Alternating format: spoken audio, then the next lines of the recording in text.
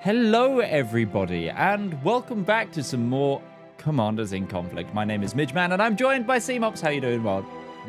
Oh, that wasn't even a word. How are you doing, Seamops? I'm doing great, man.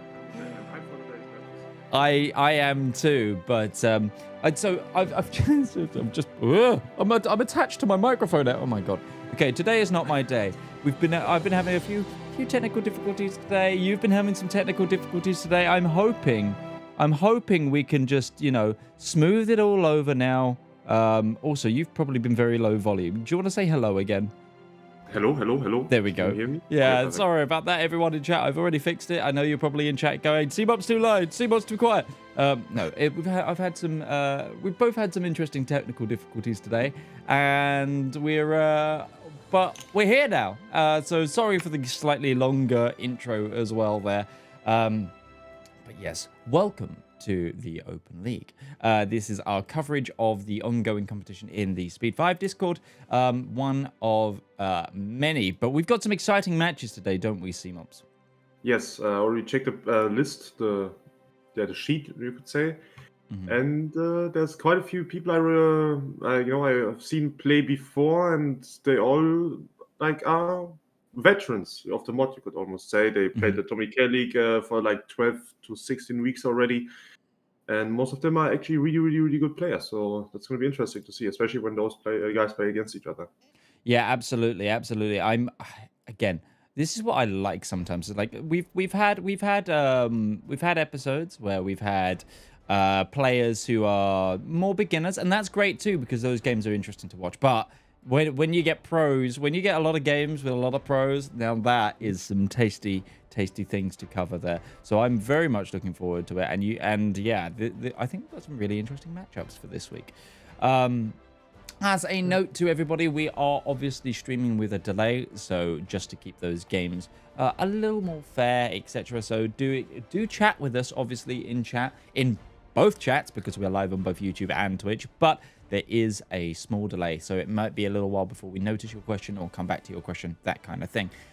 Secondly, this is our last open stream for a little while. November is going to be a very hectic time for Speed 5, so we're all focusing on EU4 stuff.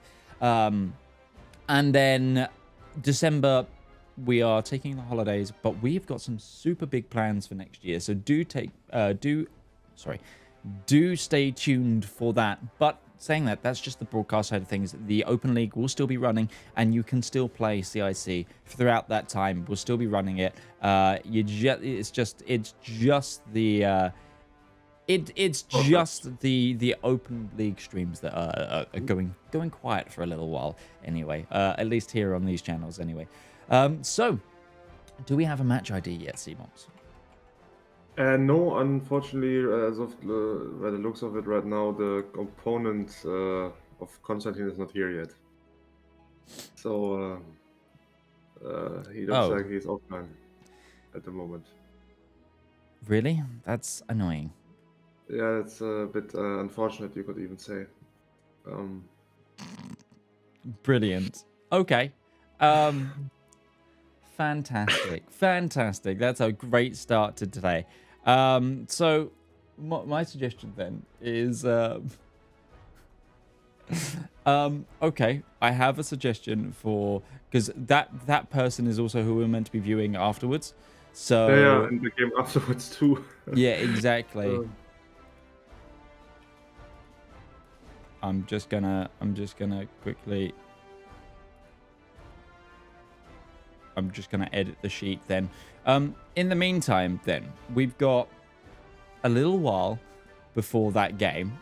I was wondering then if possibly we could set you up against Konstantin, and we'll watch from your perspective, and we'll go through, and you can show us some tips and how you would do setup, etc., like that. And things like that. We could do that. I'm not in the materia, as we say in Germany, at all, but it will be okay, maybe. I don't know. We can check it out. I think it'd be fun. I mean, what else are we going to do for this? Yeah, otherwise, there's nothing to do. So, yeah, if you want to hop down and let Konstantin know what we're doing.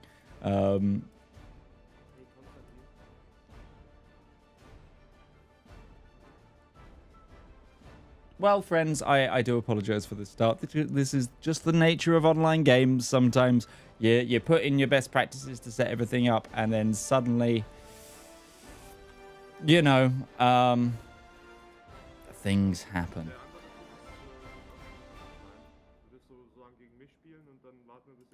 I can... Oh, I was like, where can I hear C-Mops from? It's, I could hear him from the guest star section, which is where I get his camera from. I was like, I can still hear him. I can still hear him.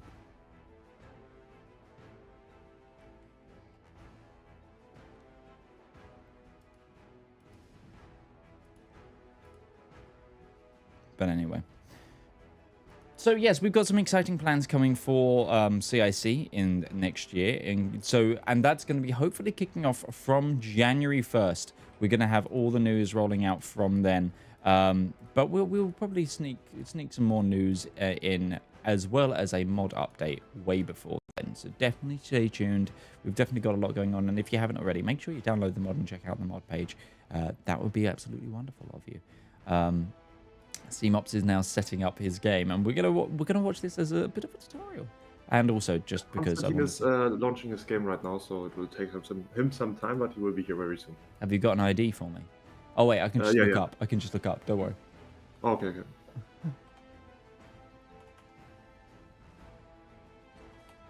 So yeah, we're making you come out of retirement here, C-Mops. When was the last time you physically played CIC yourself? Was it the last competition?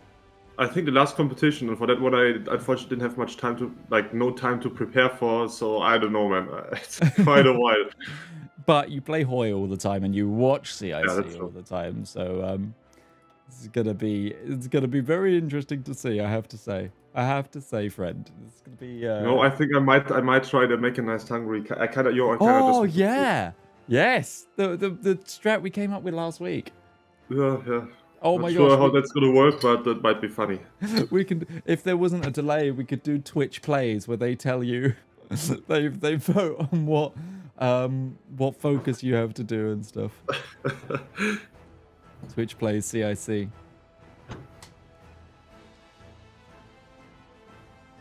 I wonder if that would be at all. So yeah, you're thinking of going for the Hungary strat, yeah? Yeah, it was pretty funny to see in the tournament, and we have not seen anybody play the Mechanized Hungry one, so kind of want to try that out. I hope we won't face off against too much mass mob, but it might be really funny. I don't know. We have to see. We have to see how it goes. Well, we're getting into the game here, so yes, you're going to be on the Axis. Konstantin is going to be on the Allies. I can obviously spy on what they're doing, but for the sake of fairness, we're going to not talk about that too much, because obviously you're playing. So, true. But the thing is, what you should do is you should talk us through how you're going to build this, what you're going to start with, and how you're going to do this. So first thing I'm going to do is I'm going to go for the military factories first, because to build mechanized and a lot of infantry, you need quite a lot of IC, and for that you need a lot of factories, and going for the mills as early as possible is the best idea for that. Then I will also day one research the mechanized, because I don't get it anywhere from my tree, right? Oh, never mind, I get it from this focus, anti-Soviet cooperation, and maybe I won't research it even. Then I won't. But yeah, we're gonna do a cavalry mechanized build. Cavalry mechanized build. Okay. This is going to be very, very interesting to see. So, if you've never seen this before, welcome to Commanders in Conflict, the premium esports mod for Hearts of Iron. This is a 1v1 scenario on our latest map, At the Gates. This is our Eastern Front map. It has 5 victory points, and what I mean by victory points is, if you see at the top of the bar, there is these big circles and 2 500s. That is the life point score, or the victory point score of each player. Name of the game is either capitulate your enemy or reduce their score to 0 by holding the majority of the victory points to start their ticker. There's also the option to surrender if you're feeling like you need to get out of the game much, much earlier. Today, we have This is going to be very, very interesting to say. Yeah, today we have CMOPs. Once my screen is not black, we have CMOPs on the Axis. And we have Constantinder on the Allies. CMOPs, a veteran, a previous champion who fell mightily and then retired and became a caster versus Constantinder. Probably still in our master zone, but probably to the bottom of our master ranks. A good player, but... let's see how, coming up fresh out of retirement, CMOPs is going to be able to deal with this. CMOPs is going to also try and talk you through what they're doing in order to get things going here, just like showcase what their plan is. The first thing I will do is I will research the guns and artillery too, the equipment that you usually research. Build the entire game as quickly as possible. I'm going to leave one of my research slots empty so I can juggle my guns with that, so I can get them 30 days earlier. And... yeah, I will even first juggle the artillery because then I can juggle the gun afterwards because the artillery only has like 60 days that I need to research. So explain juggling to those who might not have ever done juggling before. Big juggling works this way. You have a tech that you want to research, you research it, and in the meantime you have another research slot empty. That's one saves up 30 days, and while the other one researches 30 days for this tech, you can just switch the tech on the one other research slot that you just saved all of these days up, and then you have you can basically research 60 days in 30 days. Yeah, so it's like assigning. It's essentially assigning 2 research slots to it, essentially. Basically, yeah. Let's get the defense first. Fortunately, my game is a bit laggy with the parsec, but it should be fine. Yeah. See, guys, we're gonna get already blaming the lag. Already blaming the lag. Oh, you see? I constantly get the symbol there for the bad connection. Oh, brilliant! But it's gonna be okay. So, also, guys, remember, spy is very important. Always know from time to time, right-click your enemy's nation. There's not much that we can see right now, but it never hurts to just look there really quick. Focus-wise, we keep going down the military ones, and we will build some artillery too now with the next mills that we get.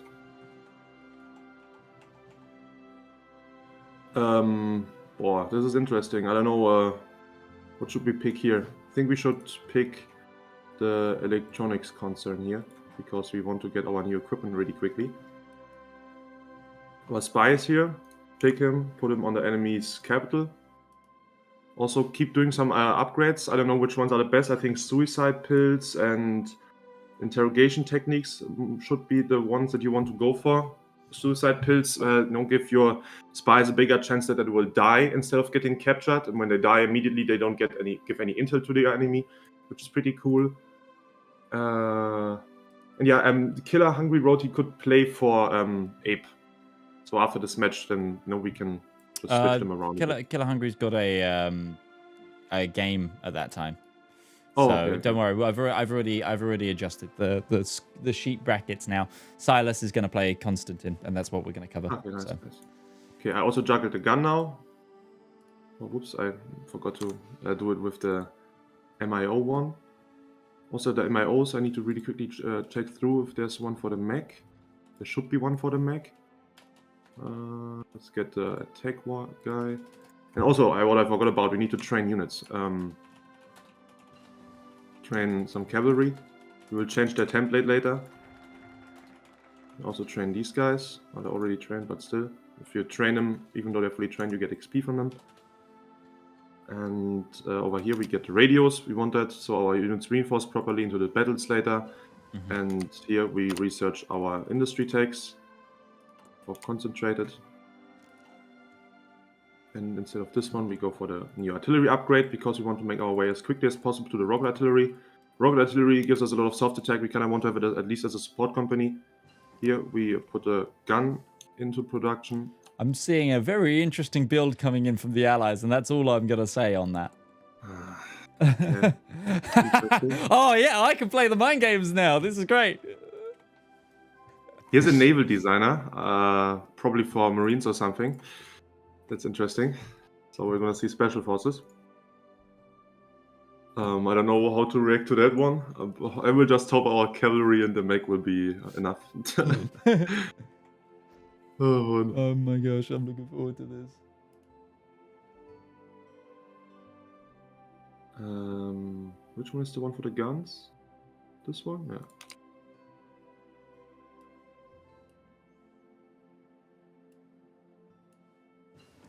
Okay. The upgrades to the gun designer. Get you. I also need to apply it. Yeah, like this. Okay, in the meantime, I'm waiting to see it come like alive on stream, and then I'll be able to put up CMOPs versus Constantine. That's who wins. I can't wait to see the predictions coming on in.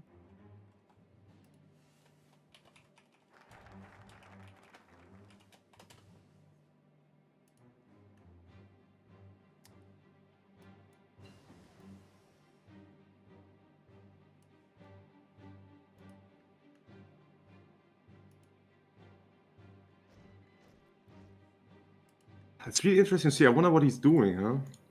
Oh yeah, I really, well, really wonder. I mean, I can show the audience, but I have to be very, He went for the very. civs first. I see that.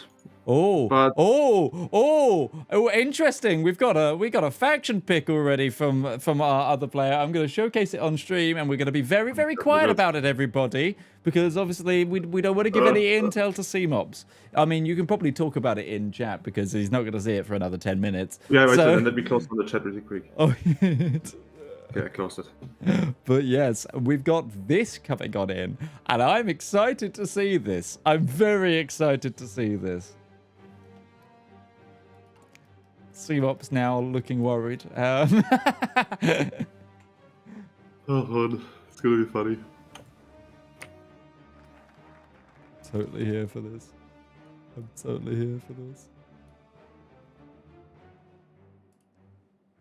It's going to be the best CIC game you've had all year, everybody. I'm telling you that now. I'm absolutely telling you that now.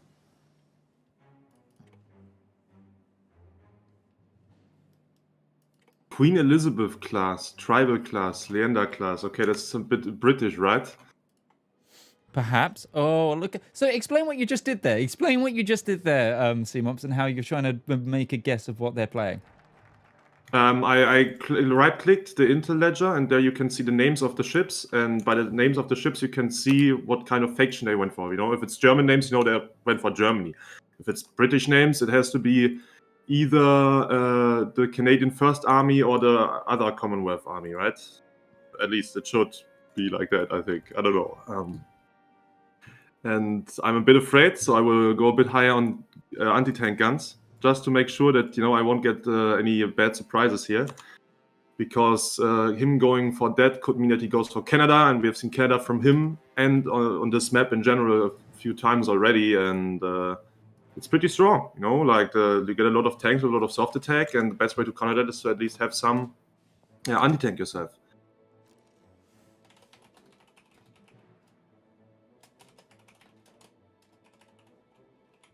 Also, I'm picking some industrial advisors, you know, to counteract him going civs first, so I can catch up with the things a bit. Also, I think I'm gonna go for my mech now, because usually the tanks that these players build are very, very heavily based on soft attack, and mechanized has a lot of hardness and takes a soft attack damage. So by doing that, it could be that it works properly. So, yeah, just 120-ish days left of the build-up time in the 365-day build-up. I'm just quickly showing over onto the allied player to just showcase what they're doing. Look at this. I rate this. I think there's a plan going here, and I'm excited to see it. They're also using this as a template as the majority of their forces. And, yeah, good luck, CMOPs. Thank you.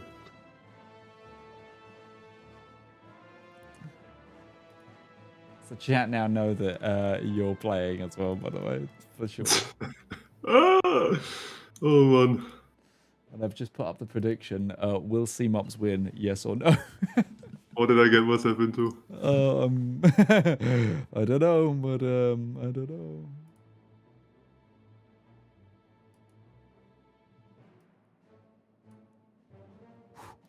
I really wonder what it could be, man, what he's gonna come up with here.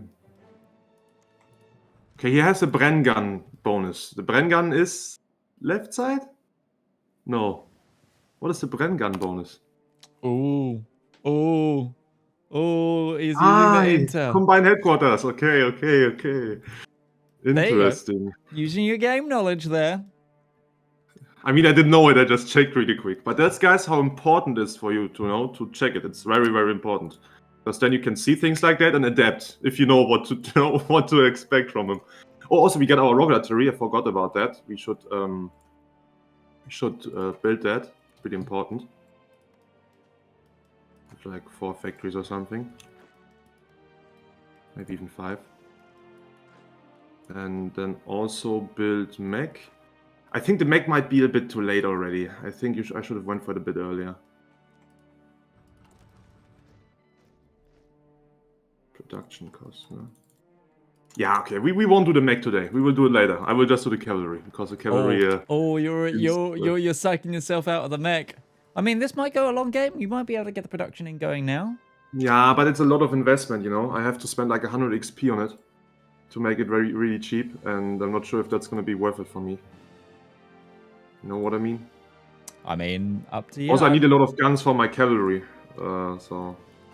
But yeah, I can scrap most of my anti-tank production again. I know that much.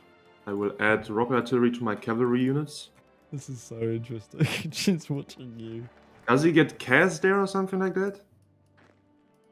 He gets transport planes. Oh, nee.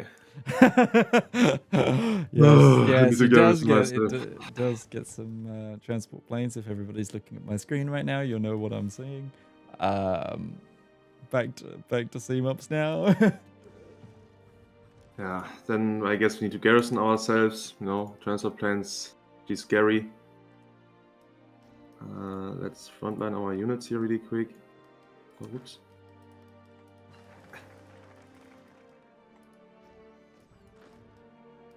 Oh, okay. I'm just also making noises just to psych you out. That's okay. Yeah, just 100%. Yeah, it's one of those things of every now and then I'm gonna keep showing them what the allies are doing, just so that chat and me are kind of on the same page. I nicely have them in front of me, but I can't cast without CMOPs hearing. So unless I just deafen on Discord, so he can't hear me anymore. Oh, I need to slow down the game speed. Oh, yes, you do, as host. I'm very intrigued by this guy's production line, but here we have war, and war has been declared. I'm going to go to the split screen. CMOPs, obviously, you're going to see what his micro is, and this time I'm going to be covering the allies as he makes those rush. I'm not sure if I should go for mobile warfare. I think that might be the wrong one for the cavalry. I don't know if our allied player is here. He's not moving his troops. I mean, maybe he wants to lure me in or play the long game. Either way, I'm gonna have problems here, I think.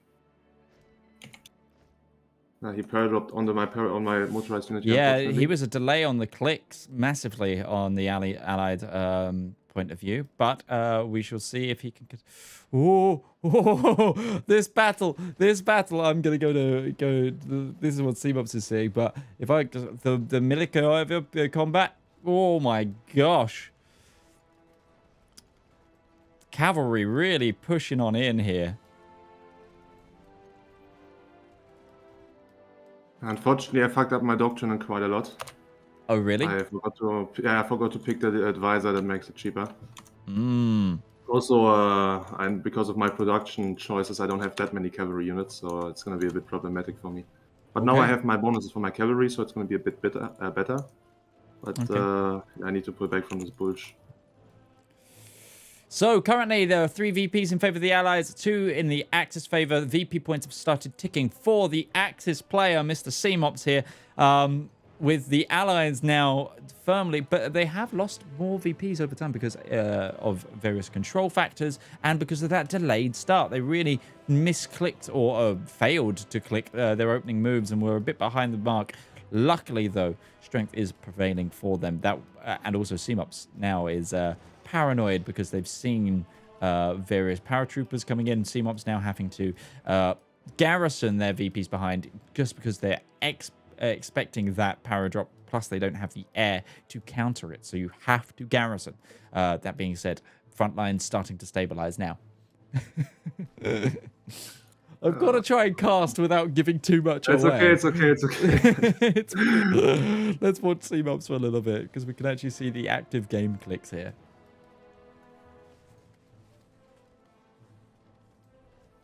Let me get my advisors. Do I have cavalry advisors or something like that? The infantry one won't help me. The supply one is only attrition, not supply consumption. Twitch chat are very upset that you didn't announce this game that you were playing. I forgot, man. Like, I had to really quickly. So, someone who's on CMOPS' Discord server, you better let CMOPS' Discord server know that CMOPS is playing right now, and that you could either cheer him on or watch him fall. Yeah,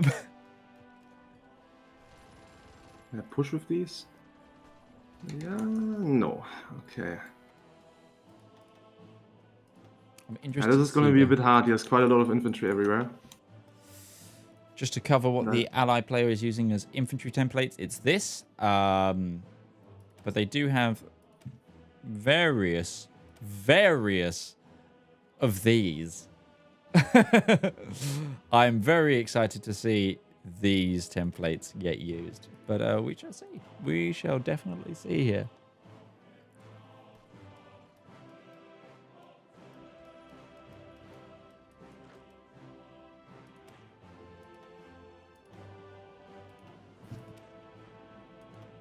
Oh, they're actually in the field as well. Oh yeah, I see the Marines here. Oh, did I add rock artillery to my units? I did. Okay.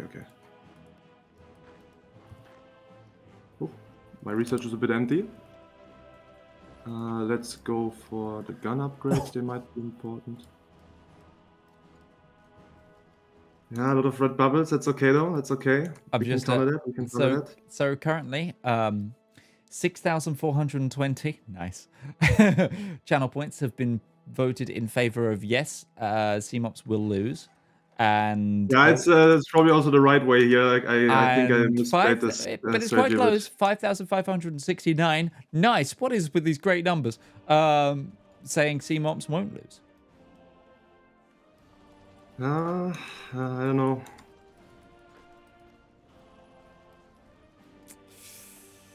All those combat. I think I must have went with a different strategy here, because the cavalry is not unfortunately that strong as I expected it to be. It did get nerfed since the. Oh, okay. I didn't know that. That's interesting. Since the event, a little bit. Well, it's mainly because I believe it's only subtly, but it was like some of the, like I said, some of the bonuses were shared onto motorized and mechanized now.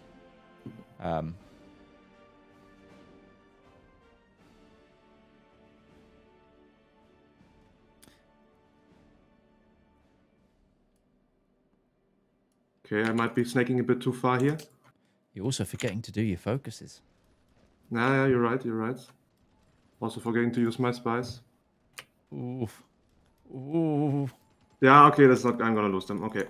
Fortunately, that breakthrough there didn't work out too good. Good thing is about cavalry, it's quick. But that's already it. To fall back quickly here.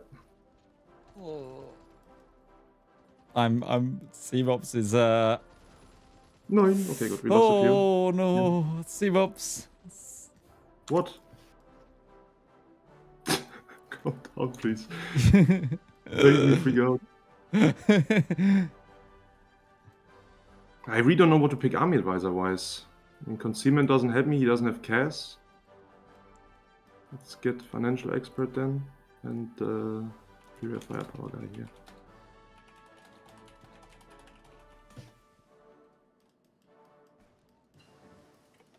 My game is a bit laggy, man. I have to reread it with you now. I need to scroll slowly when I scroll. Okay. On the front line. Yeah, okay, I think the cavalry might have been a mistake if I look at the stats there. So how are you going to try and come back from this? Because there's still a lot of the game there. It's too late. It's over, unfortunately. But really? You've only lost to 100 VPs? Yeah, the problem is, when you build up your entire build on one thing and it doesn't work, then it's already too late unless your enemy does mistakes.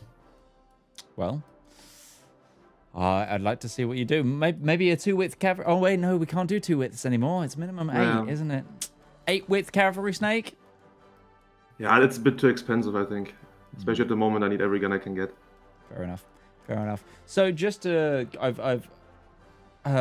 was a really interesting build that came in from Konstantin, actually. They went halfway down their civs and then locked in their choice, grabbing like the XP and the infantry equipment stuff, and then went back, finished their civs. They didn't go mills, so they went civ focus and just built up. And I have to say, industry is looking so much more healthy for the ally player compared to the Axis here. I mean, it's normal though when you go for your civs first. But yeah, I'm gonna die now. Like, he already has too many units. I can't stop him, really. That being said, you're only 5 mils behind. Yeah, the problem is just that his infantry units have like more stats than my cavalry, and my cavalry is supposed to be better. At least I planned with it being better, but it's not.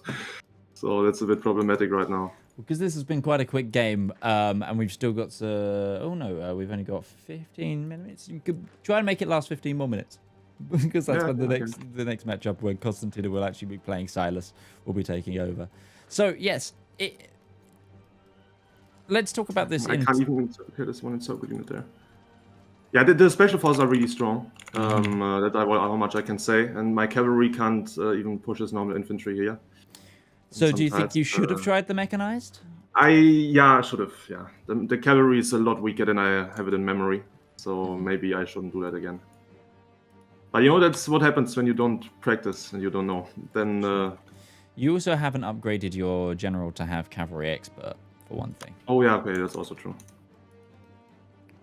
How much was that? 10% defense. Yeah, that's pretty good for the defense. That actually just changed one of the bubbles on the battle. And the defense, it helps a lot because cavalry usually doesn't have that much defense. I mean, it has more defense actually than infantry.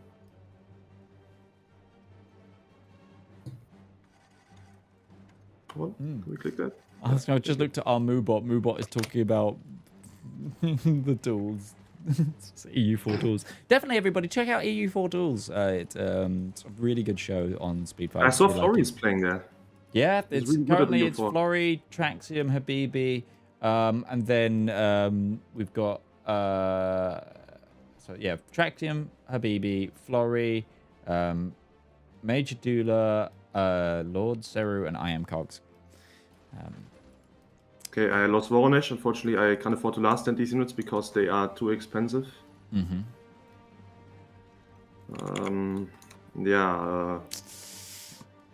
VP points really ticking. How's it feel being back in the hot seat, C-Mops? Like, I mean, it's like playing a normal Hoi 4 game, just that I don't know what I'm supposed to do at the moment. But yeah, it's funny. My units were just, the same level as his. I could have already encircled him. I encircled him a few times already, but I could have actually killed more. But yeah, now it's just like I can't break for anywhere because he has like way more units than me, and he can just like walk, and I don't have any opportunities. Maybe in the far north if I get some extra units there, but that's it already.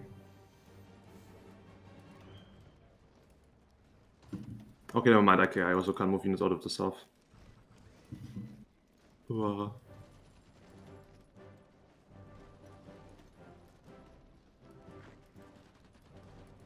Like 3 of his marines are like stronger than like 6 of my cavalry divisions. It's really unfortunate. But like this just shows how much stronger the special forces are now with the special force doctrines. I'm actually checking if they've put anything into the Special Forces doctrines. Oh my gosh. Yes. They've completed the Marine doctrines. Yeah, that's why. Like the Navy designer, you don't need a Navy XP for anything else. And then you can just get all of the bonuses there for the Marines. Oh my god. Oh my god. I've just gone through really some of the bonuses in the end of Marines here. There's an extra... So in Marines right now, like if you get to the second to last one on the right, Blowtorch and Corkscrew, great Call of Duty 5 map. That's a great Call of Duty 5 level, Blowtorch and Corkscrew. It gives you plus 10% Special Forces attack. Yeah, I can't Also, battalion modifier line artillery. If you've got pioneers in the battalion, it gives you organization for your line artillery. Sure, bombardment bonus really doesn't help. All marines and artillery. Oh my god. Oh my god. Those are bonuses. Jesus, yeah, marines are special scary. forces are pretty strong. Like if you look at the stats in some battles here, where he's attacking me, he hits like 1,000 soft attack. I saw, and that's with I don't know what combat with they are. They're not. They don't even have line artillery. You know, it's just pure marines with support companies. That's really really crazy. Compared to the cavalry, it's yeah, another level. Very excited to see this though. It's a cool. I mean, I haven't seen this build, so this is awesome to see from Konstantin here. I will have to pull out of the Milarovo area now too. I have to say, I really like the map color of the of Combined Operations Headquarters. It's like a what do you call it? A wine red or something, right? Yeah, it's like a burgundy. Yeah. Oh, it's a little bit Byzantine purple as well.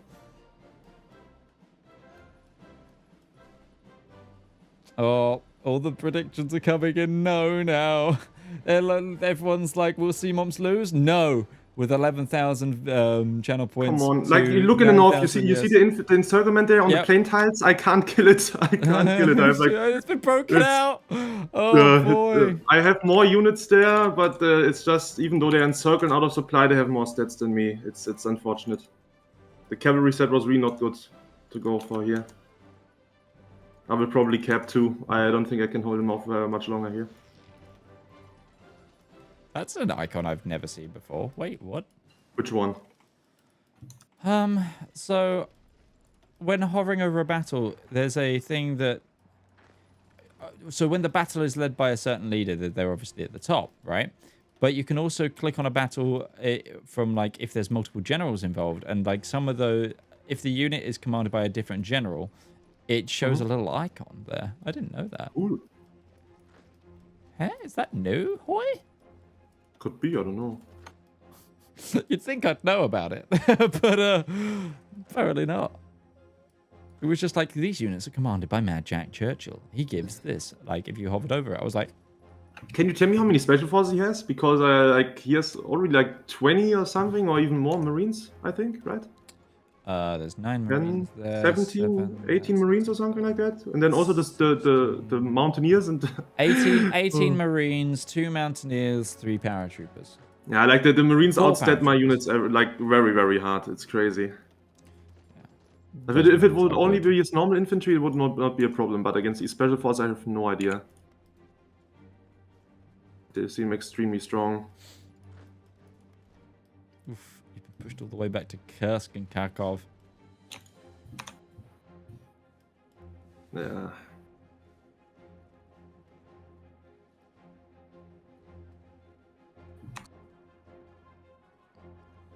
Oh, not bicycle. Okay, I also don't have guns to build more reinforcements, even though I have like 50 factories on guns. That might be a bit problematic here.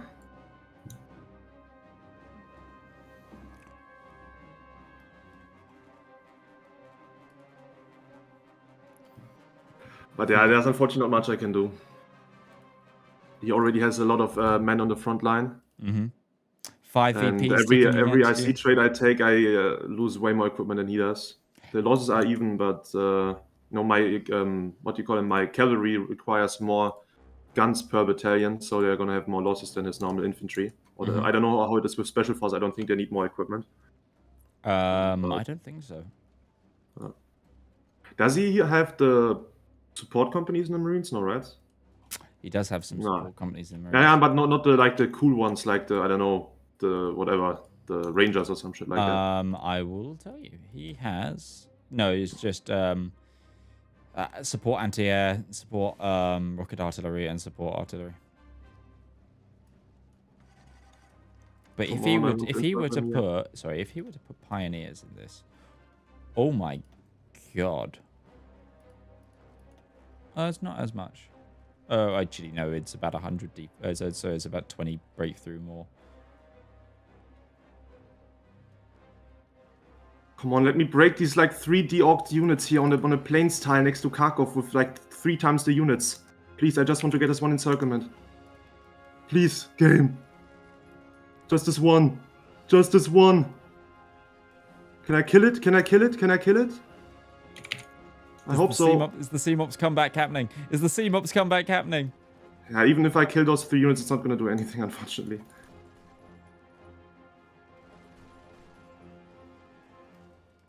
You might get 5 more here, but the problem is, how do I kill them? That's the big problem. How do I kill those? Because I have no idea. You killed the encirclement. Yeah, I'm going to get 1 more here, maybe. If he stops pinning me. Oh. And maybe even... No, okay, no mind, he pinned me there too. You got a chance Yeah, of one as well. It's just like his units are a lot better than mine. I don't know how to fight this. You've also... There's a lot of out of supply units that are ripe for an encirclement. Oh, they've cleared it up now. Yeah, that's the problem with this. The special forces, which he has a lot of, I can't fight them. Like, they outstep me. I can barely push them on the plains tiles. And yeah, I could have almost encircled him at Kursk here again, but he was very quick with the reinforcements there, unfortunately.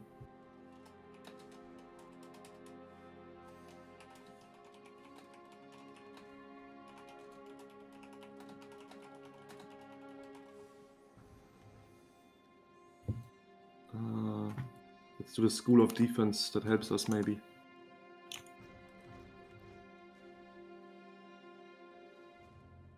It's very fun to see. I mean, you're doing so much better than I would be close to doing. So yeah, and the good thing is I didn't lose any units yet to encirclements, except for the ones that I snaked in earlier because I was a bit greedy. But unfortunately, he has like so many units that he can just push me on the entire front line, and there's not much to do for me except for like trying to hold the line somehow.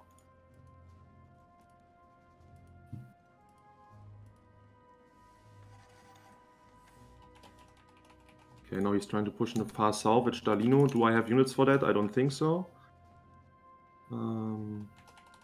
Yeah. I will just slowly get pushed back, unfortunately. Let's get this one guy there. Can clean that up. Okay, cross the river here too now. Let's try and push that back again. But no, we can't. Oh man. How long do I need to hold? Like 20 more days and then I don't cap at least? Yeah, I think so. Yeah, okay. I mean, I can do that. I can do that. Yeah, let's not get capitulated today. That would be great. I mean, actually, no. I think if you get capitulated, it would also be quite funny. Oh, what have you reinforced, Stalino? How are the losses, by the way? Pretty bad. I killed more than I lost. Yeah, but, no, I will say it's like that doesn't help much. Pretty bad on both sides in terms of the losses. Just for chat, it's 468. Oh, no, 470 now for the combined operations headquarters. They just lost loads more. So 438. Like you've lost far less, but also those are big casualties. That's almost 1 million people have died in this battle. Yeah.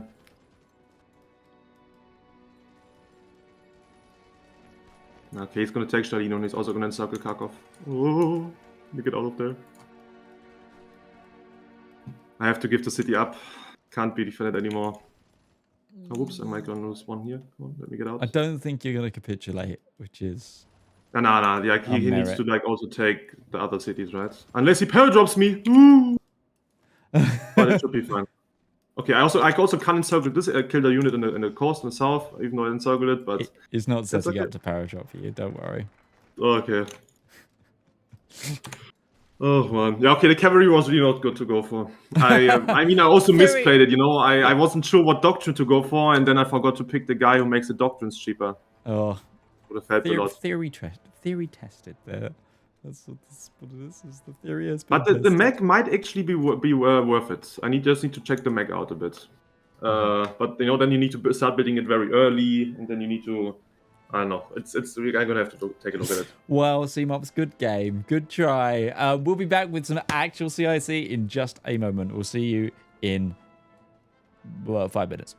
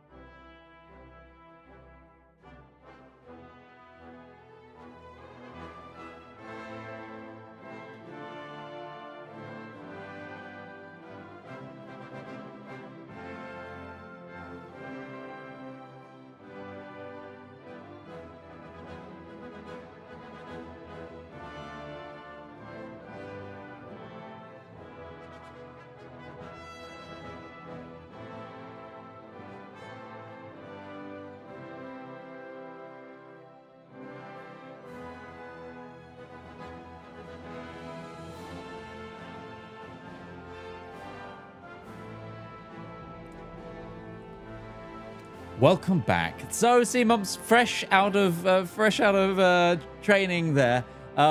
We're now into an actual game. We've got Konstantin, who you just fought, versus Silas, 2 pretty decent players, and we're going to be on across the Rhine. How are you feeling about this matchup? I hope we won't see much mass mob, but with the super cool Marines that we saw on the other map, he could have a way to break the river. That's very true. That's why I was just thinking that.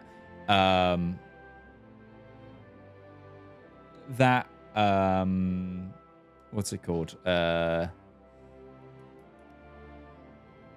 my gosh, my brain has just absolutely stopped working. Yes, that tactic, those Marines, because they'd have the river crossing, you know, yeah, like they wouldn't have a penalty. They'd actually have a bonus to attacking across the river. One thing, you know, I see a lot that what people do in other mods, they make the Marine doctrine also cost army XP, so you just can't rush it through with the only Navy XP. But one thing that makes these units a lot stronger is the fact that you get all of these bonuses for river crossing and also this extra support company. And the battalion, the Marine battalion itself also already gets a 10% attack bonus across rivers. So all of these things together will make it a lot easier for him to cross the rivers. You might even actually get a positive attack over the rivers. Yeah, I think it would be more than positive. I think we're looking at about a 25% attack bonus across the river.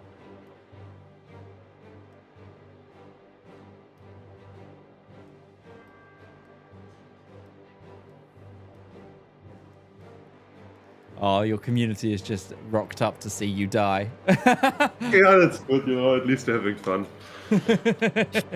Oh dear. So, everybody, if you've never seen this before, welcome to CIC. This is the Open League produced by Speed5 on it's like kind of our Sunday league that we run in the premium esports mod, Commanders in Conflict. This is across the Rhine, one of our, but I think this is one of the community's favorite maps here. It is a 3v map, and this is a 1v1 scenario. We have Constantinder on the Axis and Silas on the Allies.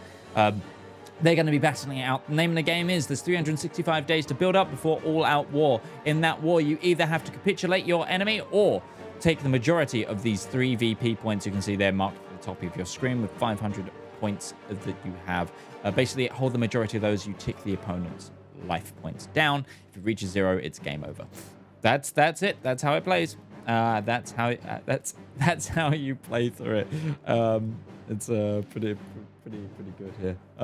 Yeah, and we're in we're pretty much in our like the top of our league sort of players. These are like, I would say these are, obviously they're not Mohammed, they're not like super top, but I'm excited to see these guys play nonetheless. We're gonna have some pretty decent skill. Obviously Constantine just beat you, Seamup, so let's if they win here against Silas, then it's like, yeah, it's crazy. Like, yeah, I mean, I know Constantine. He plays the mod every day. He also is very, very strong in the Tommy K League. I think he has like 0 losses there, or at least only 1 and 12 victories. Like a really, really good win-loss ratio there. And yeah, the cool thing is also he always comes up with newer strategies. Every time we saw him, he did something else. He never just did only the mass mob shit. We also saw him do tanks and all these special forces with a variety of builds. Like in his petto, I think. Can you say that in English too? That he has there. I think he can really perform well on multiple maps here. Especially on maps where you need to think a bit out of the box to be able to cross big terrain areas. For example, the river on this map, or the mountains on other maps. And then yeah, I think he can be up there. Yeah, absolutely. And yeah, are we seeing anything in the initial game mode? The initial game mode. Like, sorry.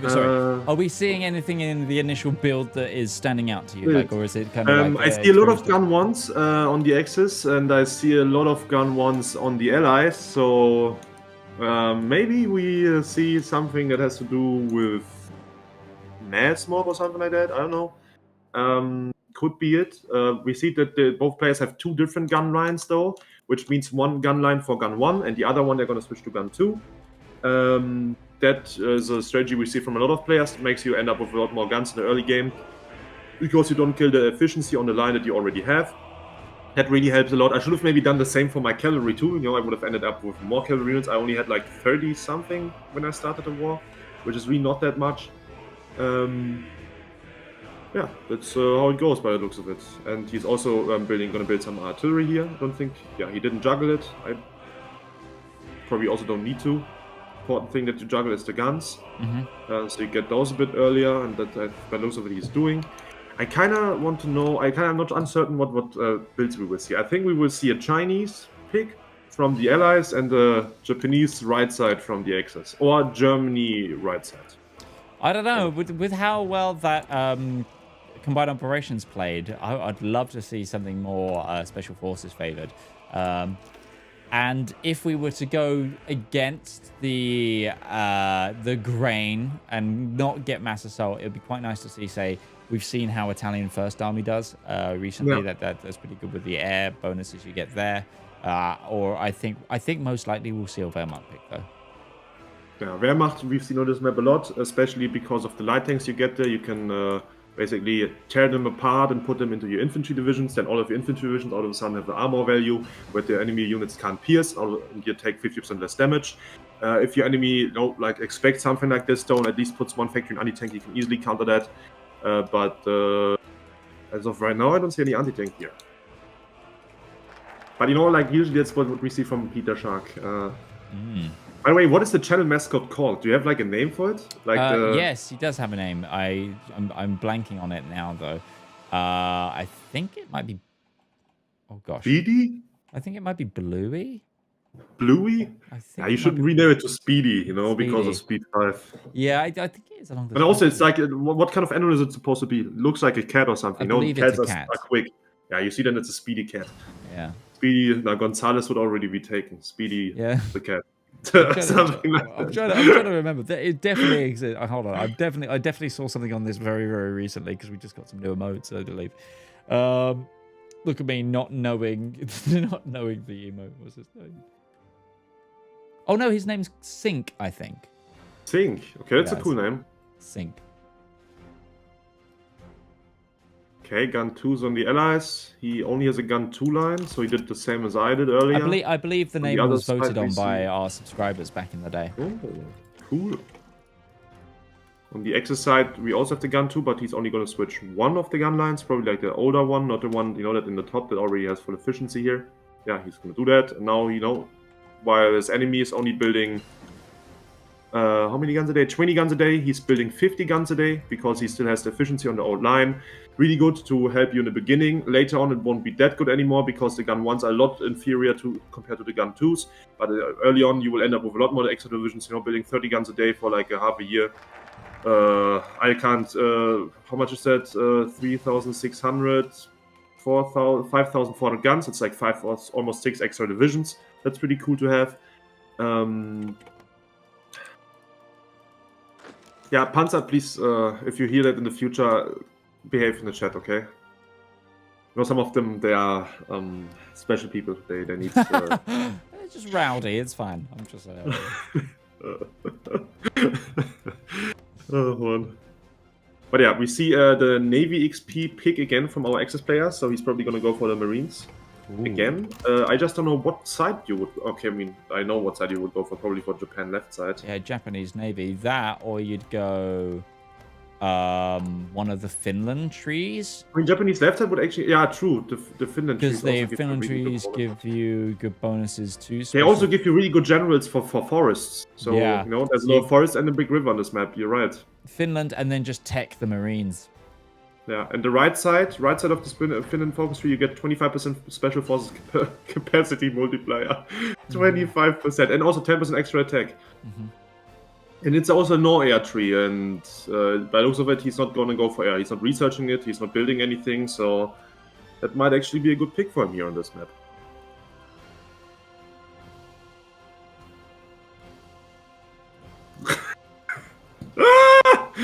I mean, that was deserved. That was deserved. I don't even know what it says. It's just. He just. I don't know. He's just a bit angry at nothing. Okay. 52 units on the field already for the allied player. So mass mob as I predicted. The X player though, I think he's gonna play the long run here. It's just gonna be interesting to see how is he gonna go to the VPs. Is he gonna try and get to Amsterdam via Paradrop, via naval invasion or something like that, you know, because last time when we saw Mohammed play against, I can't remember the other person he was playing against, but also another really good player, one of them did Paradrops, the other player built a lot of airs to deny them, and then after the Paradrop in Cologne, the other ones didn't fire anymore. If the X-Player would have went for motorized divisions or cavalry divisions to snake to Amsterdam, or maybe land there via naval invasion, he could have been there way quicker than Mohammed. And then all of a sudden, the mass mob player with the shitty mass mob inf has to cross the big river into a city with a fort on it. Yeah, and that makes the whole thing a lot harder. That was a Mohammed game, and it's just like one of those things. The denial of the Paradrop was huge. That was really good. It was really good, but he unfortunately didn't capitalize on it. Yeah, exactly. And the Chinese pick coming in here. He went for all the mills first, same as the Axis player. The X player is going for Finland, right side. Is it Finland right? Yeah. Oh, okay. So this is going to be interesting to see. No, it's like the shitty allied mass mob build that we see from everyone. You know, Mohammed, Dankes, and I don't know whoever. And the other build is like a build that's made to counter it, I would say, right? Yeah, I mean, a little bit at least. So take us through the Army of the Isthmus, because this pick hasn't been taken in a long time. Yeah, the Army of the Isthmus is the second Finland tree that you can choose here. Left side Finland tree usually is like the air tree. The right side is the no air tree. No air means you get a lot of anti-air bonuses here. For example, 500 anti-air units of anti-air and production cost modifiers for anti-air. You get a Molotov cocktail bonus, which gives you heart attack and piercing on your infantry equipment, so it's easier to pierce tanks even with just infantry. You get light infantry 1 tech, that's the Rangers, right? The Rangers are really strong in the forest. They get bonuses for that. You get 5 cavalry divisions, which is a lot of, like 520 cavalry divisions is a lot of infantry equipment. You get the White Death bonus. Spirit of the White Death bonus, which grants you 10% division speed, 25% less enemy air support, which is really, really good. 25 air support, that's a modifier that you get from having CAS flying in a battle. Your infantry gets 20% extra attack or whatever. It depends on modifiers that you get from advisors, spirits, and your doctrine. Minus 35% completely negates that. All of a sudden, your enemy won't get any bonus anymore from having CAS flying, and you also get 10% special force attack and 25% special force capacity multiplier, which is really, really high. You will be able to have like 1/4 of your army will almost be Marines, which is really strong. You get equipment and capture ratio, encirclement penalty reduction, supply grace, and supply efficiency. And in the bottom, you get extra entrenchment, which makes it a lot easier to hold certain positions, for example, the ones behind the river here. And in the very, very bottom, you get Zizou bonus, which gives you core attack and defense, 3% recruit population, which is very important on a map like this, and division recovery rate, and mobilization speed, which is also really, really important on a map like this. So overall, a really strong tree. You will barely take any damage from CAS because of all the modifiers there. Your infantry will be extremely strong in the defense, and you will get all of these bonuses for the special forces to actually go into defensive if you want to. We also see flame tanks. Flame tanks, really important on a map like this. A lot of forests, a lot of city tiles. Flame tanks give you extra bonuses on terrain tiles. If you're on my screen, are we on my screen? Yeah. Yeah, we get 10% extra attack on forests, 15% extra attack on jungle tiles, and more important even, 10% attack over rivers. I don't know why flame tanks would give you attack across rivers, but they do. You get 10% extra attack from that. So you can get 10% extra attack across rivers from this. You can get, wait a second, I need to click this away. You can get 10% extra attack from rivers from the engineer company, and then, from like making these units here Marines. Do we have some research? Unfortunately not, so I can't show you. But we already end up having 10% extra, 20% extra attack across rivers here. And then if you make your battalions Marines there, it's going to be even higher. And then all of a sudden you end up with having positive attack across rivers instead of a penalty, which is interesting. Yeah. We just had the Ranger research come in, obviously. The one thing I'm noticing is we're 30 days now till the war. The Axis have 40 troops out. The Allies have 70 odd. The Allies are also not leaving a chance for him to get Amsterdam. If you look at the map, he's gonna naval invade it, and he's gonna paradrop it at the same time. Only thing missing is like a cavalry division or like a motorized division that's also snakes towards Amsterdam now. Yep. But yeah, it looks like he wants to go for Cologne Amsterdam, leave Frankfurt completely to his enemy. The Axis player not planning any naval invasions or anything. The war will start in 15 days, so I think he will play it very slow. Mm-hmm. Just going to be interesting to see if he will be able to cross the river in time to do a lot of Ranger. Oh my god! I've just looked at the stats on those Ranger divisions. They are really strong templates. The ones that you get as spawners, right? The Sami Rangers. Rangers. 21. And he doesn't even have the rocket artillery yet in there. You can also add the rocket artillery and the flame tank support company in there, and all of a sudden, like, it's a really, really busted division here. Yeah, it's good. Good.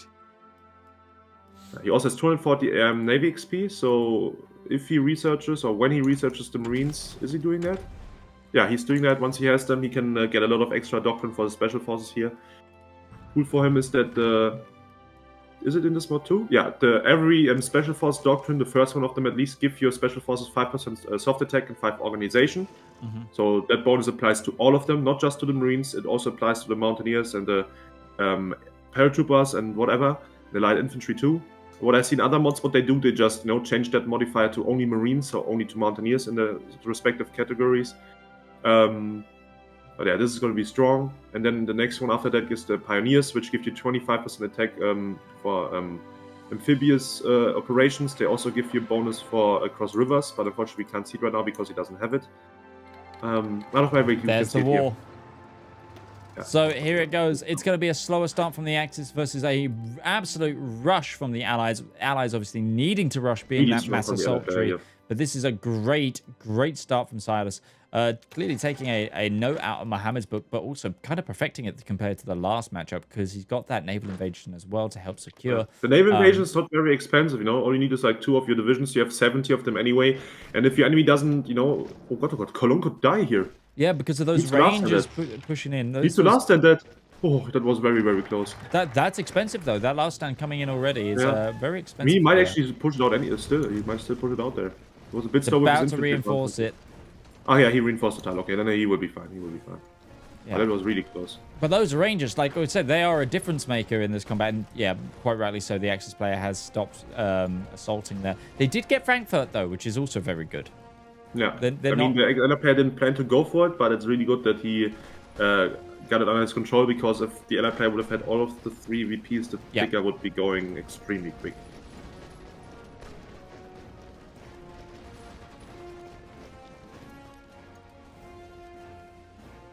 Yeah, right now our allied player with 520,000 men in the field, still missing 10,000 guns. Our Axis player with 430,000 in the field, missing no guns. Yeah, you can see the difference between a gun 1 and gun 2, or the only gun 2 strat. Can amount up to quite a difference. Industry is very even, just 2 factories between both of them. Yeah. I think both of them went for mills first, and then okay. Our allied player is converting his civs to mills, and the other player is not. I think that's honestly conversion. I think has kind of fallen out of the meta a little bit, just because of how weak it can leave you late game, and these games are starting to go more and more into the late game. I wish that that just bombers would be a bit more viable, because that would be the thing to do to counter these guys here. Oh, in the north though, look at the Rangers in the forest those there. Rangers are absolutely destroying towards Utrecht. Oh,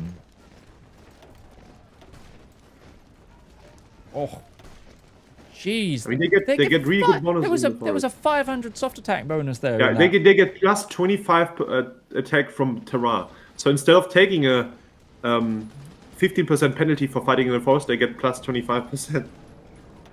Wild, absolutely. And in the city, they only get minus 12 instead of minus 30. Because of the flame tanks. Now the flame tanks at 15% there, and probably also the adaptable also decreases the Terra penalty by quite a bit. They could get that's really strong. Oh, one of those Rangers has gone down to seasons though. Oh. Yeah, he's gonna be fine, he's gonna get all of his Marines soon, maybe. He has the research now. He also picked the doctrine, let us really quickly see that. Yeah, he is already down 1, 2, 3, 4 doctrines for the Navy here, for the Marines, I mean. Yeah. Which grant them It's in huge. total 10 organization, 5% soft attack, more capacity. And then if he goes even further down, he will get 10% special forces attack, which again applies to all special forces, not only to the Marines, but also to the Mountaineers, to the Rangers, to everything. It's just really, really strong. Now we saw how strong the Rangers already were. Imagine that with even 10% more attack on top of that. I'm not sure how, to be fair, I'm not sure how the Rangers interact with the Special Forces modifier. I mean, they are one of the special forces. They are, but I'm not sure if how they are in the coding. I can check. They are infantry actually here. Let me check the Marines. How it says it there. I mean, okay, never mind. You can't check it like this. They both count as infantry in the division here, as in division composition. But it says here, it also gets bonuses based on this special forces 90%. So they also count as special forces. Okay. So what you want to do if you have special forces, you want to have an infantry advisor and the special force advisor, which our ex-player both has, and then you get both bonuses, which is really strong. And he managed to cross in the south. Strasbourg was not garrisoned. That's very, very dangerous. Yep, that's... Our allied player also only here with 1 unit per tile. Yeah, that's a really thin line that's being absolutely... The Allied player has managed to build some forts in Amsterdam, which is... He has 11... Amsterdam is going to fall. Look at the stats of these Rangers I here. know, He has those 11 Rangers of those. are absolutely just... 500 soft attack there in the exactly, city. Yeah. He's just converted a load of the infantry there and noticed, okay, I don't need my Marines. I can do this with the Rangers right now. Look at those bonuses. He's getting plus 25% attack from Terra. What the fuck? How is he getting plus 25%? You know why? Because he was getting double combated on the forests. Yeah. He was getting double combated on the forest. That's why he got the bonuses from like fighting on forest tiles there. Yeah, it actually gave him more stats. Oh, that's very dangerous. Attacking him double gave him more stats. Oh, look at that green bubble. It's like floating between red and green there. Obviously, the ally player There's also has... there are 9 more Rangers in the south now in the river crossing there. Yep. Our ally player needs to like send some units from the center of the front line, where he's behind the river, to the south, where the enemy's actually across it. The problem is because the ally, so the Axis player is converting those troops off of the line. They are they're not very trained, they're right? green. Yeah, they're losing a lot of their training. They will just grind their XP while fighting the enemy. That's it's just exercise. Learn through experience. Yeah, I kind of want to see the Marines though. But yeah, if he gets one more Marine Doctrine here, this would be really strong. Because the 10% extra Special Force attack, like we already saw the stats on here. It's just modify stacking, crazy. But this, this is a good strategy that you could use to counter this China strategy on this map, I think, by the looks of it.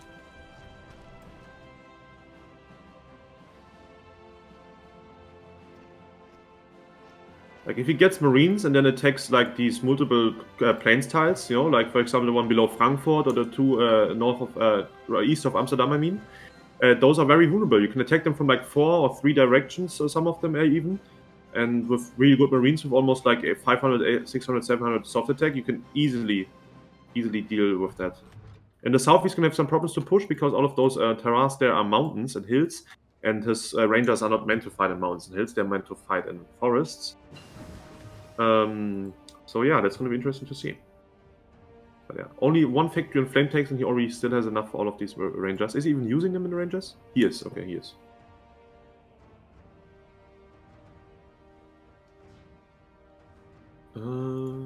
Yeah, 39 mils for our Axis player, 42 for the allies. Allied player is still converting his factories though. One thing that's different between the two players is that I think our allied player already went for all of the Civ focuses, our Axis player only for 1.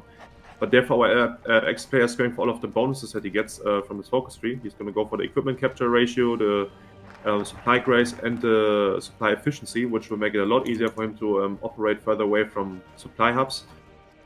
The south again, really good stats there, but I don't think it's a good way to attack there in the hill tile. Allied player, full strength everywhere now though. It's pretty good for him. I think there was one reason why he was struggling a bit earlier in the combats, because he was just missing so many guns. Yep. Yeah, only 8,000, missing 8,000 now, but all of those are the for the units that are in training right now. Everything in field is completely fully equipped, and he has 19 more units training right behind the front line in case there will be a big break from the south. Yeah, 61 stability only though.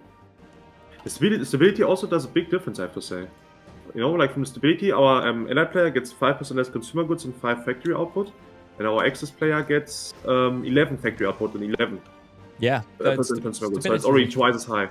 If his war support would be a bit higher, he could get even more. But I think he needs the PP to mobilize more manpower because otherwise he will run low. On this map, if you go for the strategies these two players are going for, you need to constantly mobilize manpower, otherwise you're going to fall behind. Yeah, one of the things I'm noticing that's going to be a bit of an issue, I think, for our Axis player is the fact that the allied player is just fortifying. Cologne, and Amsterdam are both being heavily fortified.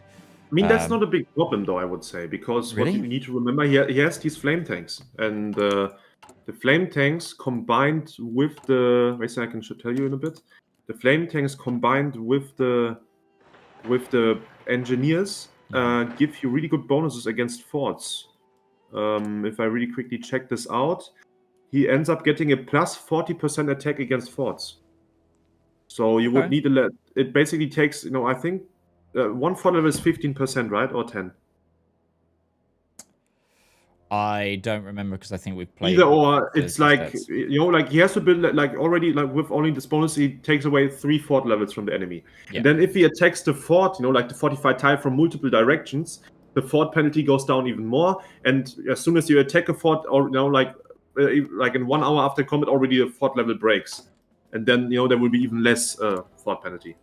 So the only bonus that our allied player will get from these forts is he will get extra defense there on the tiles, like 10% or something for having a fort there. But yeah, they will. It's a big investment, which will help our X player to close the economic gap or widen it. I don't know. I think widen it. And yeah, we still have quite a way to go. Only 357 VPs left for our Axis player here. He's going for the anti-air tech now, so that won't be a problem anymore. Then he's going to go for the Molotov cocktails, appoint Moti Mati. Moti Mati. And then for the extra manpower and everything. Or he goes for the civs, which I think would be the better choice here, so you can I actually think improving the industry right now is probably his better bet. I mean, Deep Corporation is going to be helpful. I mean, they've got the School of Siege Warfare. I would possibly go for School of Attack, and I'm surprised they're not trying to implement more. I think they're sticking with the Rangers, seeing how well they've done, but I would still try to make some Marines to help with Cologne. Yeah, you know, like I think with Marines, you could threaten a way bigger part of the front line, which would make it a lot easier to break through because the enemy has to split his attention a bit. And maybe like make half of these units Marines, like 7 Marines, and all of a sudden you can cross the Düsseldorf, because Düsseldorf is very easy to attack. You can attack it from 3 directions. It's a plain style, and with the Marines, as we talked about earlier, you end up getting positive attack on river across rivers. So yeah.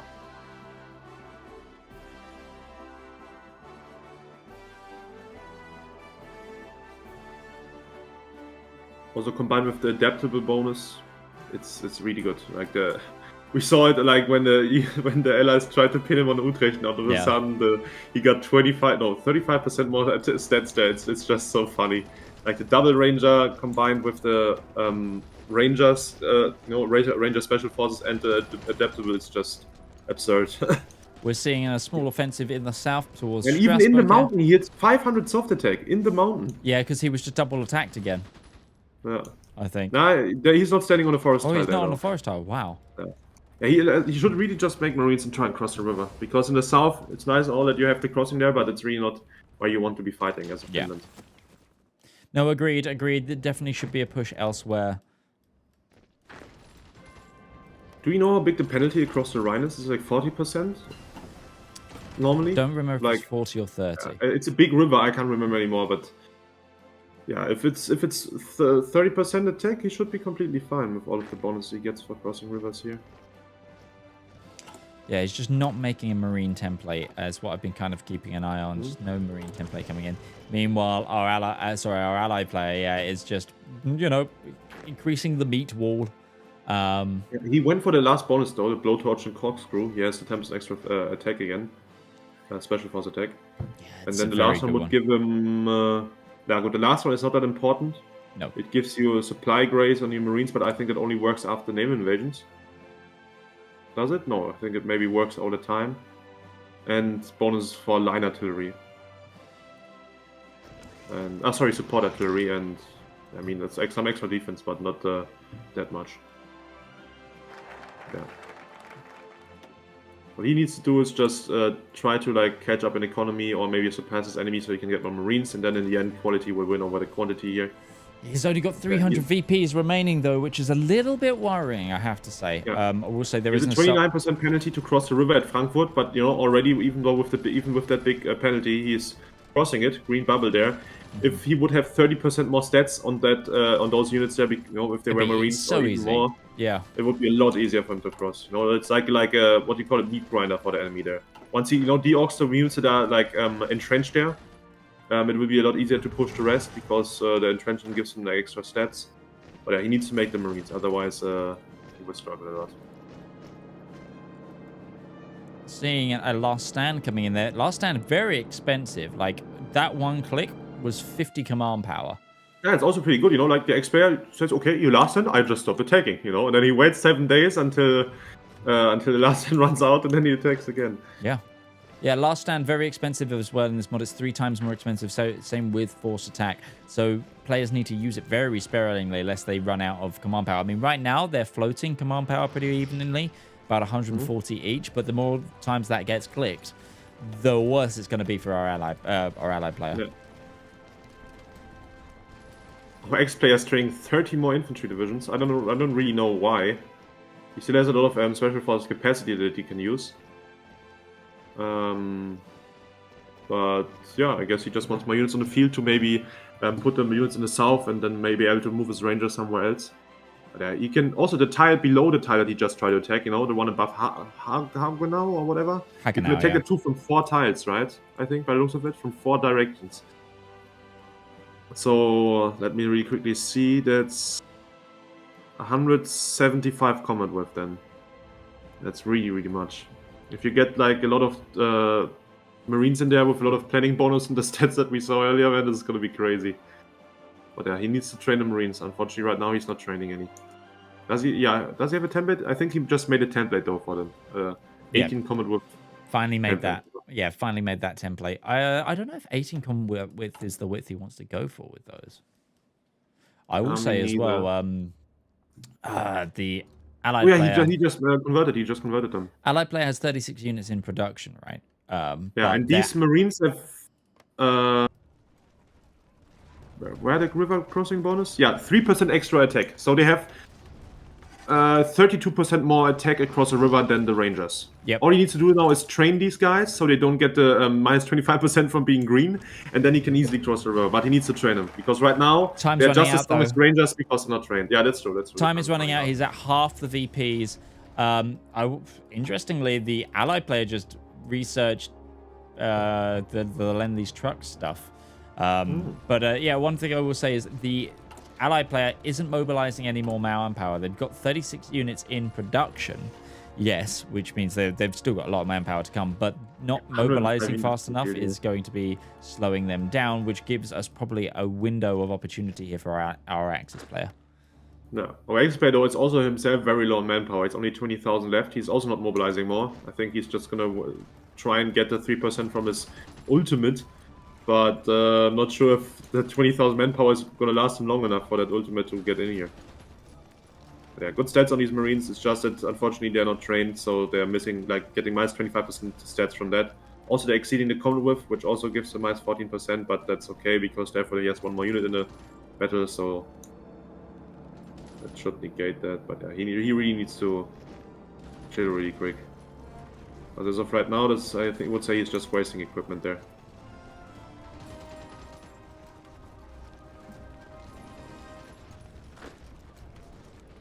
Yeah, that is a bit of a waste of equipment.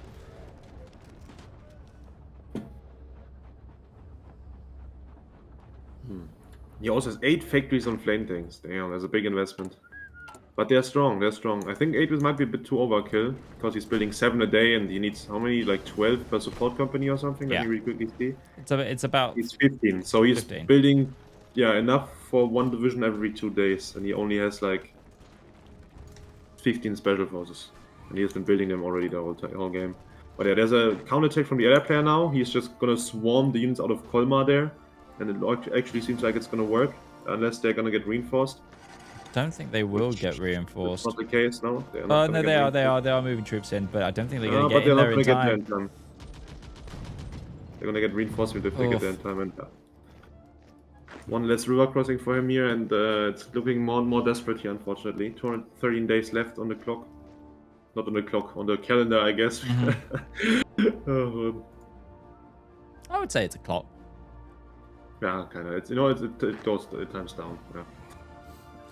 Yeah, I'd like to see more of an attack to the north of Cologne, in this plains area between Eindhoven and Dusseldorf. Try and split Amsterdam and Cologne, because the thing is as well, if the Axis player can make the Allied player get a bit desperate in the Low Countries region, he might make a mistake and might be able to get Amsterdam that way, because all he has to do is stop the bleed, honestly. Yeah. And then he can have more time. But the fact that he's out of manpower is really, really bad for him. He's going to try and do a naval invasion now. That also won't help too much, unfortunately, because he's Finland, he doesn't have a big navy, but his enemy also is not using his navy at all. He's just uses it to straight block. And if he naval invades this with like all these units, he has a lot of extra capacity. Because he got the Marine Doctrine, that gives him extra naval invasion capacity. And if he invades there now with all of his special force and 20 infantrymen, that could be a big breakthrough. If he lands in more than one port, that is. He needs to land in more than one port. He could actually even land in Rotterdam, I think. Rotterdam is empty? Oh, no, Rotterdam's not empty. The Allies don't have any port guards. They have just deployed... Yeah, he has a lot of units that he could deal with the invasion. He's just moved 30 units behind the line. He's also now making mechanized? Oh. Sorry, what? cool. I mean, maybe as a like last stand strong force for Amsterdam and then the VPs. Yeah. Mechanized is really strong in the defense. If you look at the stats of the division, it gets a lot of defense. Yeah, 350 defense on a 10 whiff. That's crazy. And also it has a lot of hardness, which means it takes way less damage from the soft attack units that his enemy is using. That's a great play, but yeah, it's like This could be so cool if this works out. This could be so cool. I'm looking at the Allied hold though, and the Allied hold looks real strong, especially with these 30 divisions behind the line. The mech has just been deployed as well and is now training in the field. I mean, the air player has a lot of units that he can respond with to this invasion with. I'm just not sure how the units are going to do on the open field against these special forces, you know? Because they're already struggling to hold like a defensive position and while entrenched, you know, across a river. And imagine they have to fight all of these special forces everywhere here. But it's only a matter of time until the allied player is going to notice that, you know? There's not a single special force on the front line. You must be thinking, what is he doing with the units, you know? Like, what is he up to? And then, he has a lot of Marines, and I don't have my Navy on an mission here. Yeah. This could be crazy. If he manages to get like a landing with all of these special forces here with the 15 and then also the 23 infantry units he has there. Like, his enemy has a better Navy, but he doesn't have enough ships to commemorate like 50 units at once, you know? It's like going to be so many ships. My problem is, though, I don't think he's going to be able to push in deep enough. There's just so many troops behind the lines for the Allies. Yeah, we will see. We will see. It's going to be interesting. Because if he lands there, you see, it's not much until he reaches the forests. And imagine, we saw the stats of the forests there. If he has to fight mass mob units that are not entrenched in the forest, oh god, it's going. Ooh. If I was him, I would pull the 23 units from Hamburg closer to the other port in Friesland, so they don't have to go that far. Oh my god, they're actually going. But this depends a lot on micro now. The Allied player just got the alert, and he's moving to the defense of Le Havre. He's splitting up. He's getting troops in, but he hasn't actually put any troops into Dieppe. This is huge. A lot got in the landing. This is pretty big. This is pretty big. He could actually get this all 15 of those encircled here if he reacts fast enough. As I said earlier, it depends a lot on the micro now. Who micros quick here now? Because the early stage of naval invasion, this is where it's dangerous for the allied player here. Yeah, but I'm saying that there's like 23 units in there. He needs to frontline them immediately. He's going to lose ports on the side. That's really not good. He can't afford to lose ports here. Yeah, no. Looks like though. He's seen the prize of possibly encircling 30 units there. Dunkirk only one D-Orc division there. This is very dangerous for Konstantin, man. He needs to watch out here. Konstantin, please. He needs to put these 23 units on the front line, man. I don't know what he's doing there. He's just shift-clicking them to somewhere. Oh, yeah, this is looking real thin. But yeah, you already see like the special forces are completely destroying the units here if they fight them properly. But yeah, as I said, he needs to watch out that he doesn't lose. Yeah, I don't know, man. I don't know what to say. He just snakes in with all of his units and leaves the 1.5 strength D-Orc unit to defend this only supply route there. It's very bad. It's very bad. That's also what I said earlier is the problem from Konstantin's micro. He was a bit slow there. That's sad, kinda. This could have worked out very well. Yeah, it was a great plan, but like you say, it's kind of messed it up, and now he's going to lose the other port as well, I think. Yeah, it's empty. The port is empty. Yeah, exactly. Yep, it's gone. All of that's dead. Oh. Oh, Malo. It's all dead. He left the port. Why would you leave the port? Really nice try. Like, one thing that you should have done was just frontline the 23 units and maybe not leave your ports empty. Yeah, then it could have worked, actually. But, it's a bit unfortunate. Just leaving one division. He can maybe get one port back here, though. If you look at Antwerpen, he's attacking it, and there's no reinforcements coming there. Yeah, but that's... If he's lucky, he can get it, but... he got it even. Whoa, but he's going to get pushed out again. Yeah, but Brussels is empty. He's no supply anymore. The combo rating is too heavy. But you know what? This could also work. I mean, with another... the problem is, like, Finland doesn't get a good navy, so this is really hard to work out. Maybe if you build some ships yourself and somehow manage to kill the US navy, I mean the Chinese navy, this could actually work out. Maybe you guys need to give the China weaker navy or something like that. And there's the surrender coming in. But good game. I'm looking forward to seeing the next match because obviously we're going to be sticking with these two and seeing the next match in their matchup. So I'm excited to see what we got. I believe, let me just check what map we've got up next. We have At the Gates next. So nice. That's taking really the funny naval to see. element out of it. It's going to be really interesting, but we'll be back after this short break.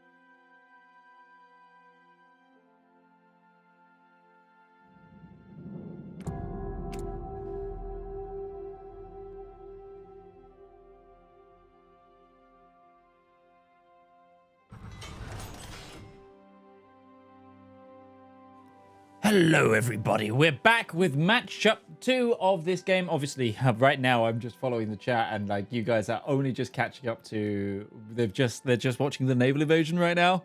Oh, okay. Yeah. And everyone's just going, ooh, oof, oof. F's in chat right there. That hurts. That hurts. It does. But anyway, everybody, welcome back on in. We are okay. Black screen again for me. Let's go to your screen. Oh no, it loaded in. I was like fine. Welcome everybody to Speed 5's Open League, playing Commanders in Conflicts, the premium esports mod for Hearts of Iron. This is a 1v1 matchup. This is match 2 of a 3-game matchup. This is Konstantin versus Silas. Silas is now 1-0 up in this matchup, but now we are on At the Gates, our latest map. This is a 5v p map on a 1v1 scenario. Name of the game is 365 Days to Build Up Before All-Out War. And then, after that, it's basically either capitulate your enemy, as we almost saw last time. Well, no, we didn't almost see it last time. We almost saw it against you, those C-Mobs on this map. And then, or basically, you need to drain your opponent's VP points. You can see them marked at the top, 500 versus 500. If you hold the majority of your VPs, you will start to bleed your opponent. If your opponent completely bleeds out, they lose. That's basically it. Right, I wonder if we will see the cavalry build from our ex-player here, so you can show me how to do it properly. Yeah, just show off. For the next time, I've got a feeling we're going to see that Special Forces build again, though, from Konstantin. It was really nice to see, and I think it's close to being a pretty perfected build. Yeah, true. Like on this map, it looked really strong. On the other map, it would have also worked on a bit better. Unfortunately, I think the naval invasion, first of all, was very, very unfortunate. It could have worked out a lot better for him. No, don't sugarcoat it. They left all of their ports. Yeah, like if he didn't leave the ports empty, that it could have maybe worked. But yeah, I don't know what to say. It's going to be interesting. It's going to be interesting. Well, there's no navy to worry about in this map, so true. Can't make the same mistake. You can still train it to get some Navy XP for your special forces. But yeah, I kind of hope we will see some tanks. We just don't see them often enough, the tanks, unfortunately.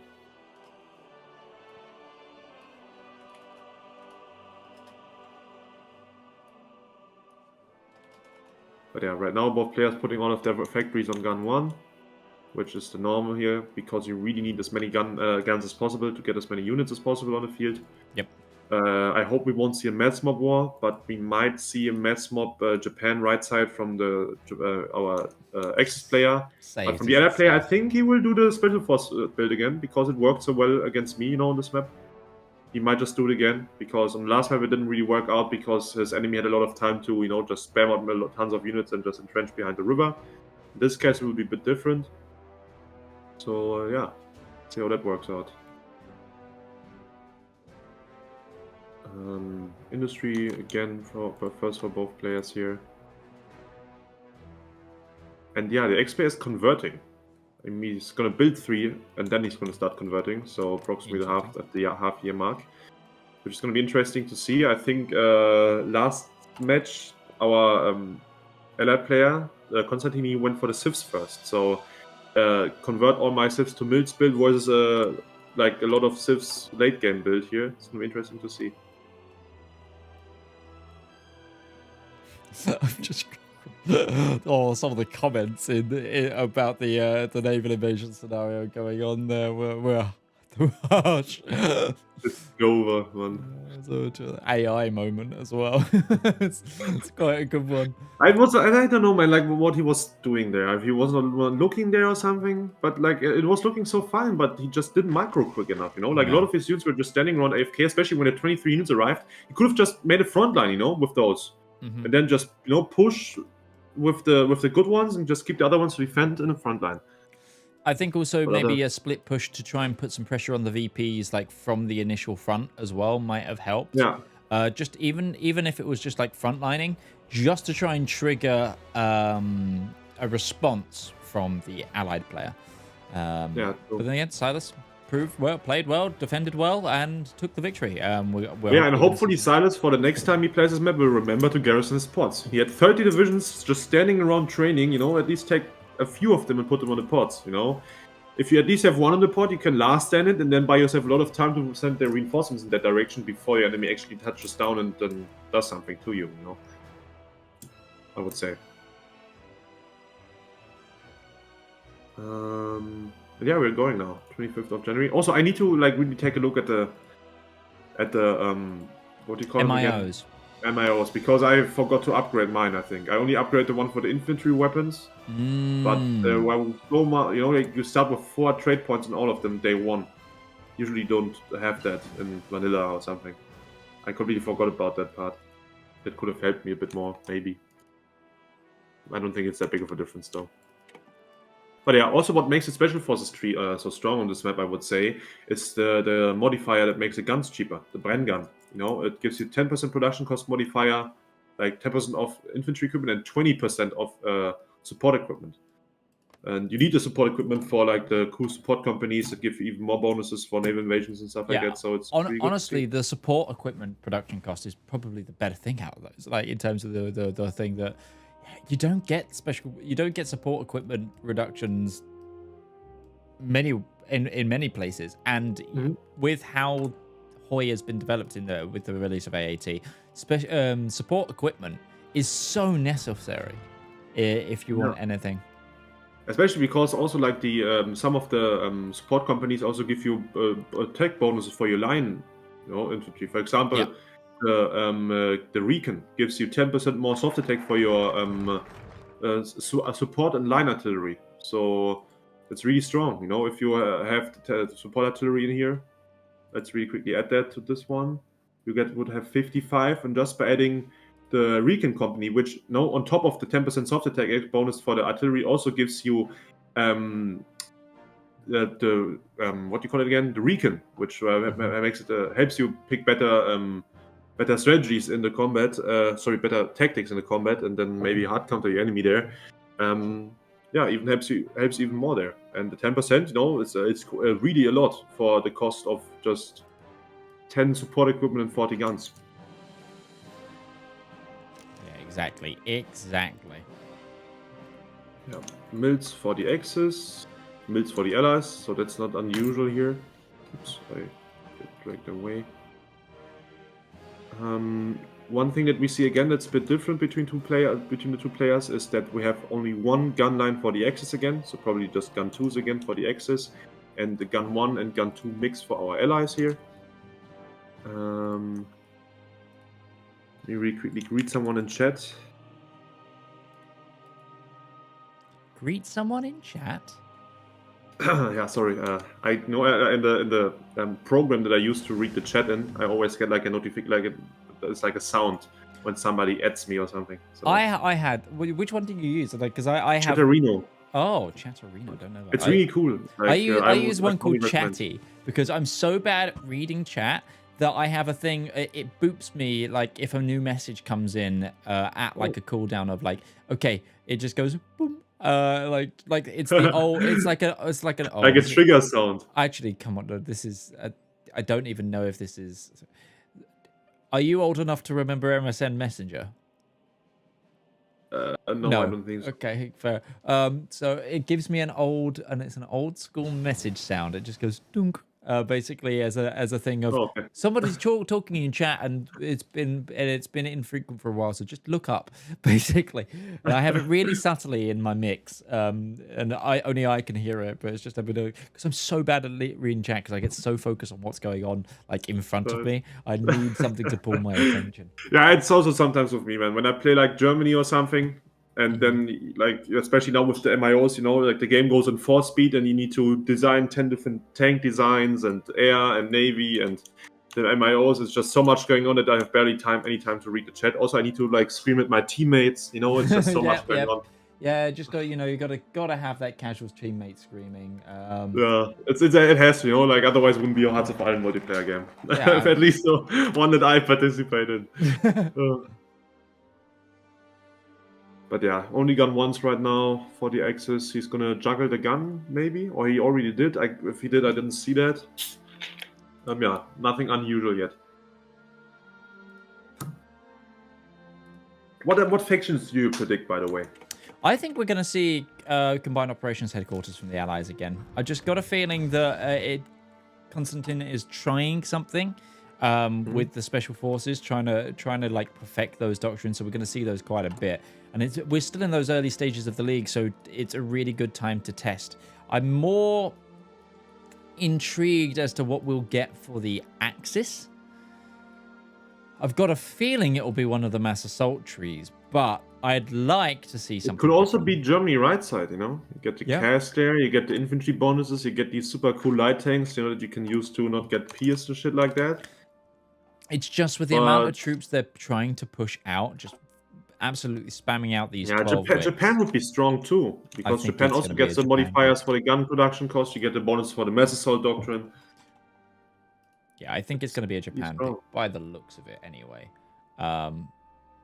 You also get 10% extra infantry division attack, as I just noticed. Even more recruitable population, and then in the bottom from Modern Bushido you get 20% recovery rate. And recruitable population again. So, pretty strong. But yeah, we will find that out soon enough when they pick their focuses. Right now, the X-Player already converting his civs to mils. He's already at 24 mils and 22 civs. Our allied player is at 22 and 24, so he has 2 less civs, but 2 more civs, but 2 less mils therefore.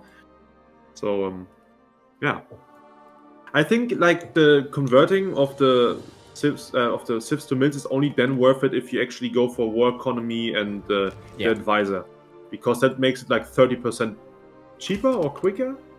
Yeah, it makes the conversion cost go down by like 30% more, and that's I think what makes it worth it. Otherwise, I don't think it's, you know, like he's only 2 mils ahead, and therefore he, you know, sacrifices his civs to go away. I'm not sure if it's going to be worth it.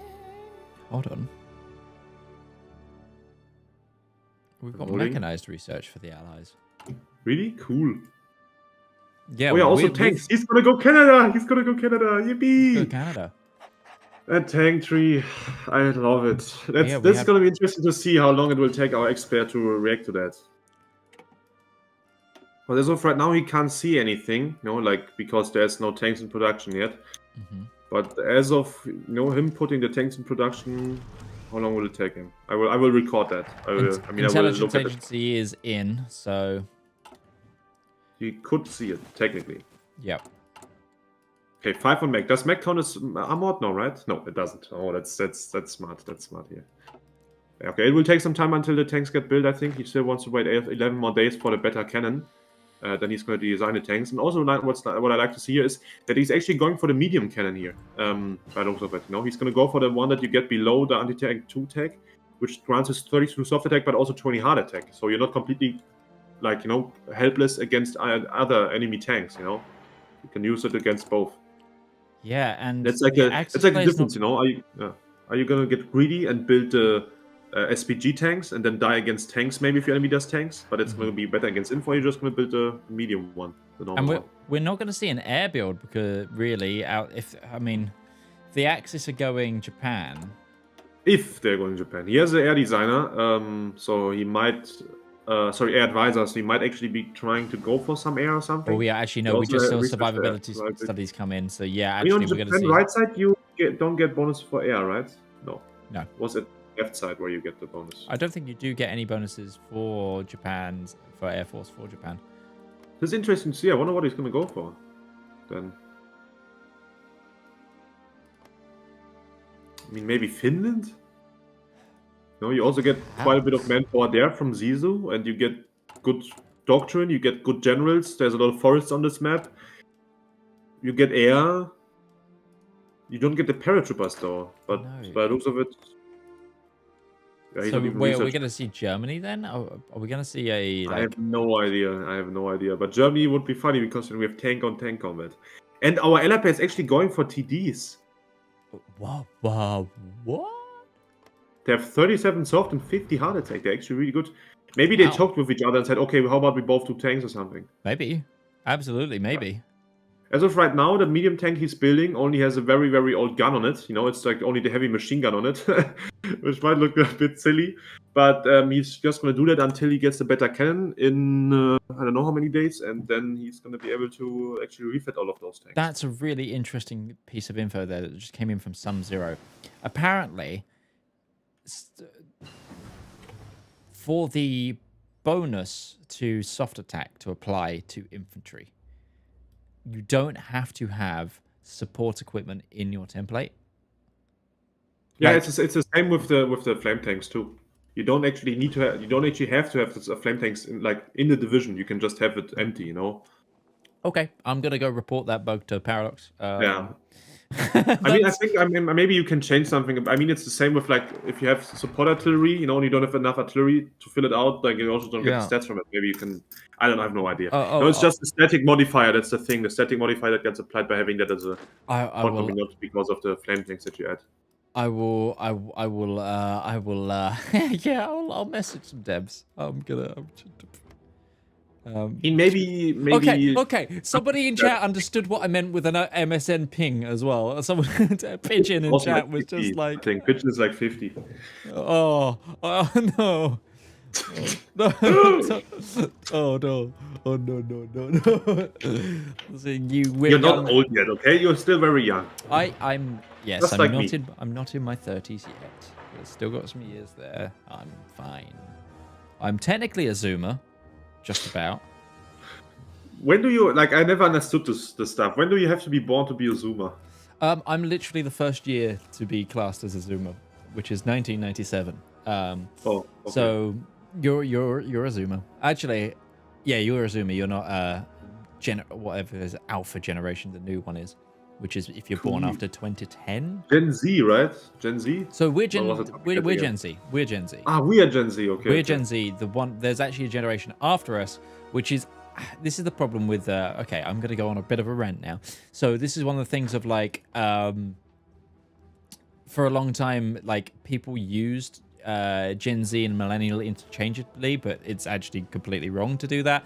And a lot of the things that we're seeing now is people talking about Gen Z when they mean the younger half of Gen Z, so younger than you, or actually Generation Alpha, which is the generation after, also known as the I generation, as in with the Apple little I, like iPhone, I generation, and the defining properties of those,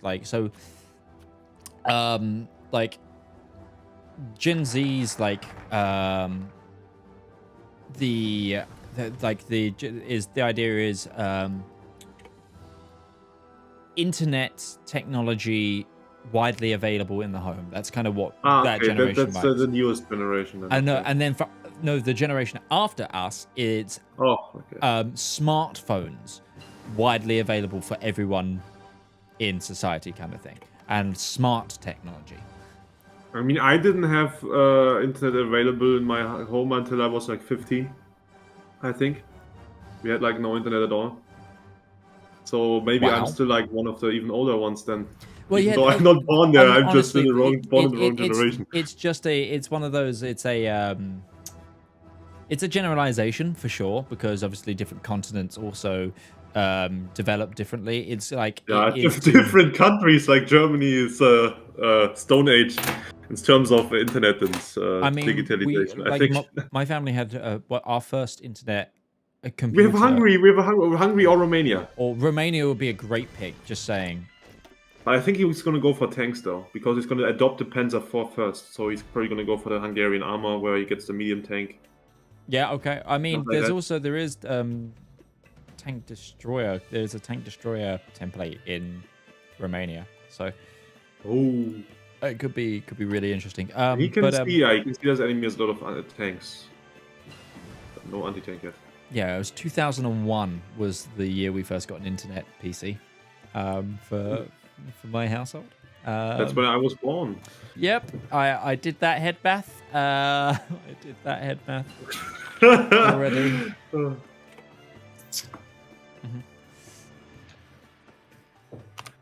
Adopt the Panzer IV. I wonder how the Panzer IV looks like here. How strong it is. I don't think it's that bad I mean, it had a 7.5 centimeter turret. And wasn't it the one that had like these armor skirts on the top of the turret? On the side of the turret? Yeah, it's the one that had side skirts. Okay, it's gonna be interesting to see. I remember that from War Thunder. Ah, nice. War Thunder always only played the German tanks. I had Oh. like 500 hours, but I never made it like further than the Tiger. I'm just too bad. I was never into. I played a little bit of World of Tanks for a little while, and then I wasn't into those kind of games. Played a lot of Company of Heroes though. So. Yeah, Company of Heroes I also played with my friends, but we always only played like with 4 people against AI. And then we chose like a map where there were bridges, and we made AI on like extreme, and then we just camped the bridges and just used artillery and stuff. It was pretty fun. To this day, I am currently on Company of Heroes 2. Me and my friends we're still in the top 100 for allies 4v4. Nice. Mainly because nobody plays Company of Heroes 2 anymore. No, a joke, but it probably has more players than Company of Heroes 3 though, right? Probably. It's the hard thing is the game is very Axis favored, so being allies is a good thing. But it also means because we're such high rated, whenever we play together, we have to be like completely dialed in to be like fighting for our lives. We can't like take a chill game anymore. And it's just like, oh, okay, are we ready to suffer for the next hour? Yeah, sure, cool. The Panzer IV H is here. It's very armored even. It has the armor skirts. That's cool. Mm-hmm. And it also has 8 armor upgrades and welded armor. And a nice medium cannon. So he actually didn't have to research it. Now he's actually building it. That's actually a decent... I would maybe remove some of the armor upgrades and also put a tank design on it. Right now he's not using one. You know, they could be using, I don't know, engines for tanks. He's using... Oh yeah, he's doing it right now. Oh god. Something's happening here. Yeah, it's... But if you look at the one in production, he's added it through the production. Yeah, but that one only applies, you know, those, they only apply the production bonuses. He could use Fiat, would be cheaper, more hard, 10% more heart attack, that would help him. I think that's also the one that he upgraded by the looks of it, because other ones don't have many upgrades, but he forgot to apply it. Okay, he just did it. He's just made a variant. He made his own. Okay, here's a squeeze ball on there, so he can pierce better, 103 piercing. He has 2 machine guns on there for more soft attack. And he has 10 armor upgrades for more breakthrough and also more armor, but that doesn't make much sense in my sense, because he also didn't go for welded armor. Because that would increase the armor by even more. That would go all the way up to F84. But it's going to be interesting. We see a tank-on-tank combat here. We're also seeing fighters be made as well for the Axis, which is going to be possibly the edge they need. We're going to see no fight planes from, and we are seeing Canada. So we've got Canada. But I think Canada's going to be a lot stronger though with the tanks. He already is building 3.6 tanks a day. You know, and it's going to be Romania. It is Romania. Oh, cool. That's interesting. I mean, he gets a lot of cool anti-tank and bonuses for anti-tank there, so he can build enough anti-tank for his infantry. He gets superior firepower bonuses, which is a good doctrine. He gets oil, which he needs, otherwise he will run out of oil eventually with Air Force and tanks. He gets 320 with infantry divisions and reinforcement rate and fort damage. There's also something to be said for the homeland, because we changed that recently. Now, every month, you get an arms delivery from Germany. Is the end cap of these trees, cool. Which gives you 750 infantry equipment and 100 towed artillery, anti-tank, anti-air, and support equipment. That's really nice. So that can be game-changing in terms of like outlifting some of your losses. I'm so intrigued to see what we've got to have here. This is so new and unique.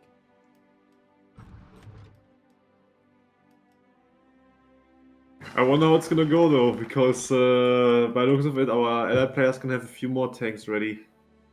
Is he gonna? Do you think he's gonna put like the TDs into the normal infantry? Probably, right? Because oh my god, he's gonna make Space Marines. That's what it's gonna be. That's why he also went for so much piercing on him. You know, it's gonna be Romanian Space Marines. Armored combat support variants. And he could get 80 piercing with 1 battalion and also 60 heart attack there. That's pretty decent. And then he's going to build like massive amounts of artillery into his units, I'm guessing. Oh, man. Oh, man, oh, man. Oh, man, oh, man, oh, man, oh, man. But I think he's not going to be very quick with getting to the VPs, though. You know, he doesn't have a single like motorized division or cavalry division or anything. No. And his enemy has one tank, so he can be a bit quicker here.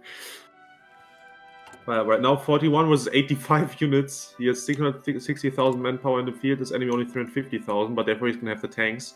I mean, earlier than him. I mean, the 2 tank divisions are only going to be able to get to like essentially 2 locations each. So yeah, that's true. The VP Also, bleed how isn't many- going to how be too bad. How much tanks does he need per battalion? Like for the anti-tanks here, he needs 50. 50 TDs. Okay, that's maybe a bit expensive. Not sure if he can, if he's able to put it into all his divisions here. Oh my god, have you seen the Canadian Armored Division template that the Allied players made? Holy shit! Go take a look at their division template for the Canadians. The tank? Yep. A second, I need to open it again. Oy. That's a really strong tank. Oh my god, it's also got the TD in it. Like 100 piercing. There's nothing that thing won't pierce. It's really cool. 830 breakthrough. You know, it's also only 34 common width. If you would like to make it 40 common width, like they do in multiplayer, you can get 700 soft and 550 hard, man. That's just crazy. Jesus Christ. And that's unmodified.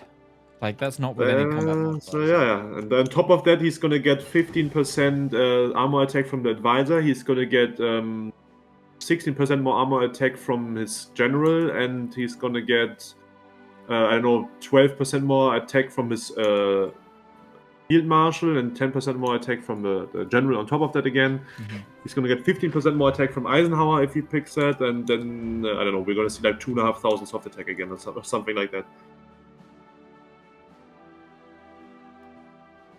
Oh wow, chat's just caught up to our like generations and internet connectivity convo, and they're like, oh god, loads of people are feeling old, loads of people feeling young, but also someone did put the insight of generations do align differently for different countries. It's also like the reason why like musically, for example, a lot of music coming out of Australia. Oh, we're at combat, by the way. War's happening, everybody. But like musically, like rock music in Australia during the early 2000s was more aligned with music from the 80s in America. Oh man, yeah, Australia's really like on the other side of the world, man. Very behind. Voronezh already falling, so it's one-on-one. They're all just going to be rushing to the VP. And also, the one thing to note here about the Romanian line, the Axis front line, is they're filling it out. They're not just focusing on the VP area. They are going to go south to the big plains towards Stalingrad and try and fill this line. 20,000 guns right now. Yeah. And they're only building 100 a day. I don't know, man. I don't know. I think he might be going a bit too much into the tanks in this case, you know, because he won't be able to support this huge, big of a number of infantry here. Yeah, it's like he's going for a huge maneuver warfare game right now, because he's going to fill this line. And that's the thing, though. The Allied player isn't going to be able to stop all of these troops if they start rushing the south. That's true.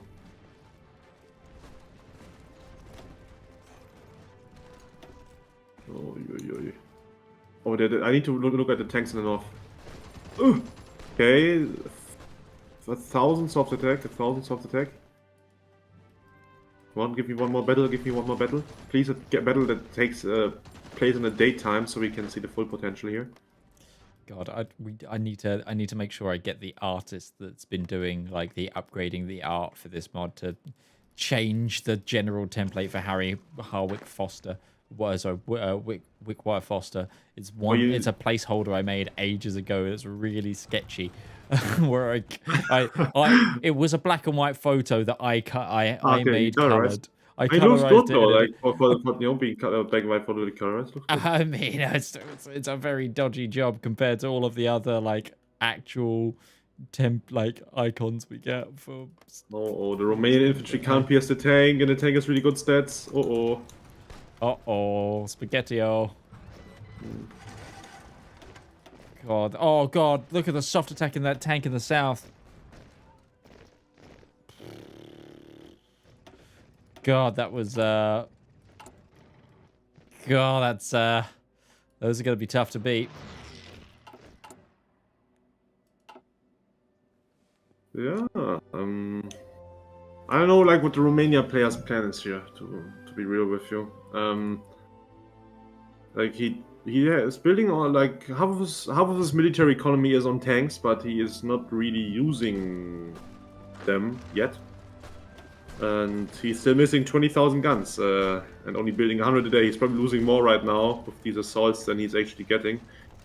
So Yeah, that's gonna VP be points interesting. ticking in the Allied favor as well, which is Yes, 3, right? Yeah, 3 Yep. versus 2. Same front line that we had earlier when I was playing 2, I think.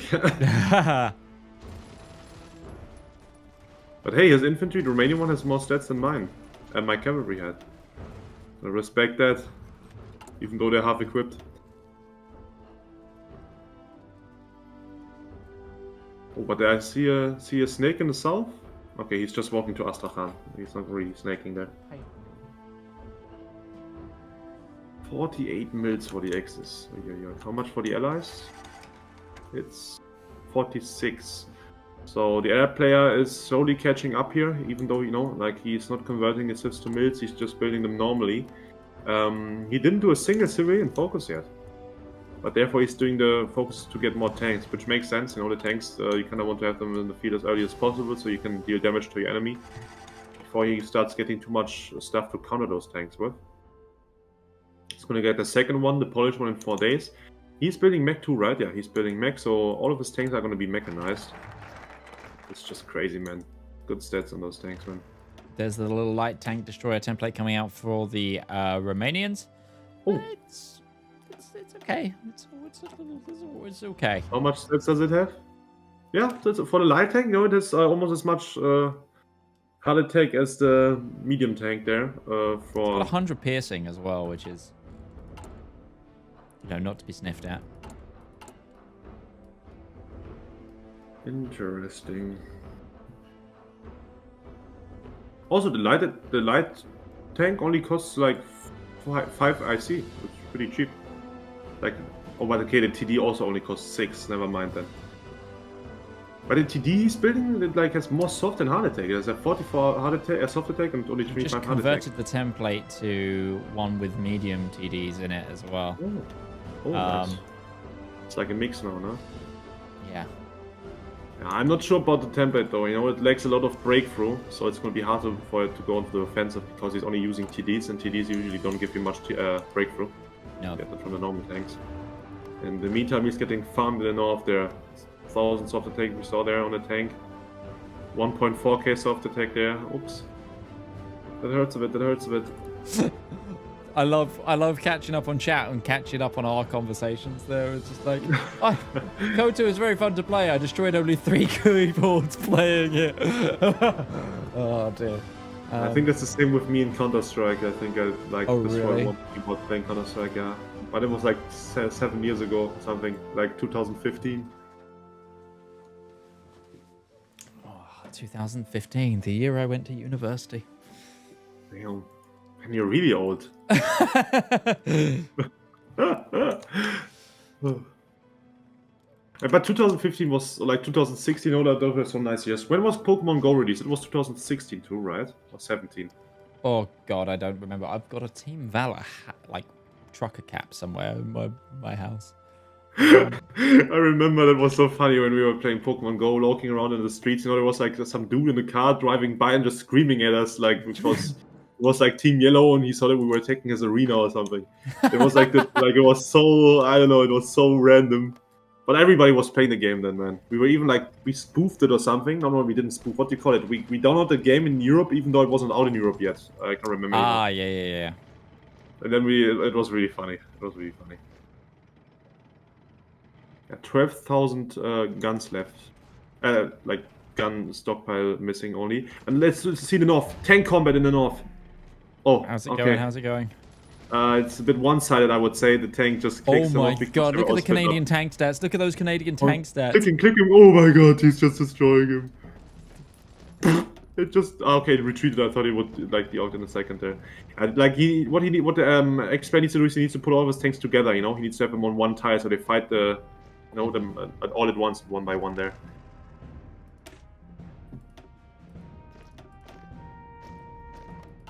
Artillery primacy.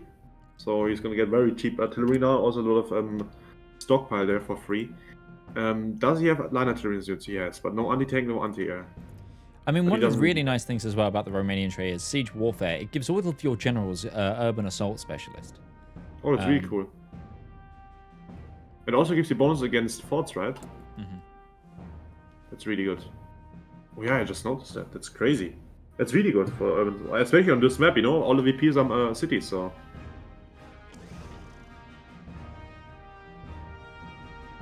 See how that works. I mean, Medapska looks like it's a bit vulnerable, but that's not a VP, right? Or is it? It is. No. Now Mikhailovka is one, huh? Mikhailovka is, and yeah, Tambov. it's Tambov and Mikhailovka. And You could Stalingrad. maybe try and attack Stalingrad, but that also has a tank on it. That's going to make it a lot harder, especially when your infantry doesn't have anti-tank in it. Nope. I like these. I do like we're seeing tank versus anti-tank though, kind of as a concept here. It's just unfortunate that the Allied tanks are, like X tanks, are a lot weaker than the Allied tanks. I think he just did the wrong designs, and maybe Romania is not that strong for tanks. You know, it's good for anti-tank, I would say, but Yeah. he should have maybe went for like Hungary or something. Because in Hungary you get also cheaper armor, you get more speed for your armor, you get a tank division, you get Mechanized attack. the mech bonuses, yeah, you get the mech defense and attack, so it's a lot harder to fight your tanks for the enemy. You get less consumer goods, more production efficiency, cap and growth, so you can start building more tanks quicker. It's also mobile warfare rather than superior firepower. Yeah. That could have happened. Oh yeah, I forgot that mobile warfare gives you like 20% armor attack in the bottom left, no? Yeah, it does. By the time the Allied player makes it there, the X player is not going to have a chance anymore. Because he didn't go for it, he just went for superior firepower. And then, you know, like already the tanks are Offensive already started, outselling though. him. Oh, yeah, Offensive that's started. Okay, there's 3 tanks that can double combat 2 tanks there. Come on, attack the 2 tanks, please. Attack the 2 tanks. Attack the 2 Allied tanks, quick. Attack them. No, he's getting attacked first. Axis player, wake up. You need to be like, oh yeah, he needs to put these tanks on the enemy on a defensive. That's the only way you can win. Yeah. In a defensive battle with your tanks, you usually always lose against other tanks because tanks have so much breakthrough. Mm-hmm. Take a lot less damage in the attack than in the defense here. But now, oh god, the X player is gonna get clicked here. Watch this. Ooh, that's gonna hurt. That's gonna hurt. That's gonna hurt. Click the top tile. Come on, click it. Click it. Click it. Come on, click it, please. X player, click it. I want to see a combat. Ooh. Other way around. Other way around. Yeah, like the one problem that our Axis tanks here have is that they don't have enough breakthrough, man. They have not even close to having enough. You know, like the other tanks, they're just completely dunking on them, man. You know. Yeah, this is super strong build here coming in. Oh wow. Anti-tank research came in here now for our Axis player. If he's gonna get the... Okay, I mean, it's gonna take him some time until he makes it to for the homeland bonus, where he gets the monthly equipment. I don't think by then the game will still be going. But yeah, the tank is, you know, all he needs to do now with the tanks, the Canada player just needs to stay on the front line and click off the infantry. You can kill so much equipment there, just clicking him there. If he reacts quick enough, he can just, you know, destroy them. Because the infantry can't pierce him, so he will like take on like almost no damage. They don't have any anti-tanks, so no heart attack, no damage from that, and they can't get pierced, so even less damage there. Offensive in the north there, but once the tanks arrive, it's gonna hurt, man. It's gonna hurt. Oh no, that second combat. Look at that. Yeah, but wait a second. That's good. That's good. Wait. Yeah. Yeah. Nah, it's just the tanks that are unfortunately a lot weaker than the Canadian ones. Come on, click the Canadian tanks. Ooh! Ow! Every time he gets clicked, he loses so many tanks. Let me really quickly find the combat here. Which one was it? Voronezh? It would be, yeah, it's Voronezh. It's the furthest tile from Voronezh, so it's not the Mikhailovka one, it's the Voronezh one. Yeah, he lost 50 tanks. I mean, the X player lost 50, and the other player lost 4 in that battle. And in the one that is just going to finish now, it's again he lost 80 tanks, and his enemy lost 10. 80 tanks in one combat. One tank is 6 IC. Oh, that's huge. Like, it's pretty expensive, you know. And yeah, the more combats they keep taking here, you know, the worse the IC is gonna get for him because he's just getting out grinded here, you know. Like he has a KD of 1 to 10 here almost with the tanks. It's really strong. And you also with tank warfare, it also depends a lot on micro. You know, if you find yourself in a lot of defensive battles, you usually end up losing more tanks if you have the same stats as your enemy. Now, if both would have the same tanks now, then that would be the case. The AI player just doesn't, slow down. He just keeps patrolling the front line here. Now goes to the forest to click there. He also still has one tank in Stalingrad and another one that he just deployed on in Maidapska. So once these are all fully on full strength, which will be in 42 days, he can actually go into a big offensive here. And I think first time would be Voronezh. Because Voronezh you can get easy supply in Lipetsk. It's in a plains tiles, and then Voronezh you can assault from 3 or maybe even 4 directions. And then it's going to be interesting to see how that ends up being there. Ex-player training his tanks, important. Training the tanks is pretty good. Because, as we said earlier, and in general, training all units is really good because if you train them up to the highest level that you can turn up to, you can end up with having 25 extra attack instead of having minus 25% attack. It's really strong, really strong. Yeah, absolutely. I feel like it's also just the template design from the ally player is just so much better for this tank division. It's a scarily big tank division that's been designed.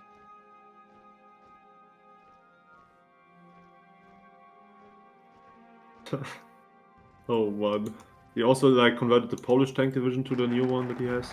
Yeah, it's just the stats are really strong. Also, the most important thing is just the breakthrough difference. We saw the X tanks can barely work in the offensive against the other tanks, but the allied tanks can. The stats are not that far apart, but the breakthrough is just horrible because it's just easy. Yeah, the allied tanks as well just have also just that one medium tank destroyer in them as well, providing an extra massive boon of piercing. So it's he also has just as much to piercing for half as much investment. I also just noticed why he has no breakthrough on the tanks on the TDs here. On a light tank at least, because the light tank is an open turret or whatever you call it. So it gives you, instead of giving you a breakthrough, it gives you minus 25%. The medium tank he is using, that one has decent breakthrough on his 30. That's not that much considering how much bonuses he puts on there if he would just use a normal medium tank instead of making a tank TD. offensive coming on in. Sorry, just to cut in. Yeah, it's okay. We're seeing a push out from Mikhailovka into the forest here, taking that well-defendable terrain away from the allies. Also walking up on the entire front line here in the center. Yeah, exactly. I would go for Voronezh. In the center, there's not much to take. There are also no supply hubs. In the north, though, if you motorize Tambov, you can easily reach Voronezh outskirts. Yep, but just look at this. In the forest, pushing back 13 divisions with 3 tanks.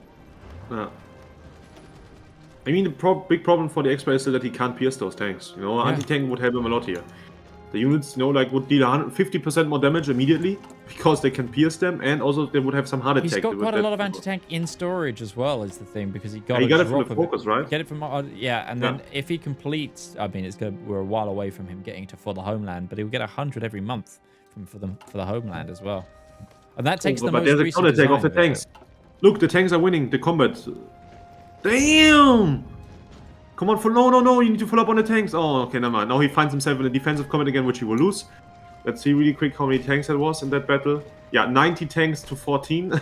On the defensive again. He needs to pull out of those combats. And he lost 50 tanks again. He lost, in the 2 combats there, he lost 114 and he lost 20 tanks. Yeah, that's way too much losses. And here's the push towards Voronezh, just creeping on in that front line. I love this assault from the Canadian player because they've just pushed, essentially, they've pushed up the railway from Mikhailovka. That's what they've done. They've literally followed the railway up. And he's not building a supply up there. He should have just... Oh, wait, he can build them really quickly. I forgot he's Canada, right? Yeah. He can build them in 20 days. Yeah, okay, then he can just... He doesn't even have to care about the supply hubs. He can just build them then. That's cool. Yeah, the Canadians tree does have a massive bonus to construction of... he's also going to get the supply in the forest there, though. 100%. Unless the X-Player is a bit lucky with the reinforcement there, and he is... 100% construction bonus, yeah, it's massive. He's going to be able to defend that forest there, because, his tanks are really good in the defense. But they just don't have breakthrough, so they're very bad in the offense. Oh, he drove one of them into plain style, though. That's dangerous. Boom. A well-played Canada is like so lovely to see, though.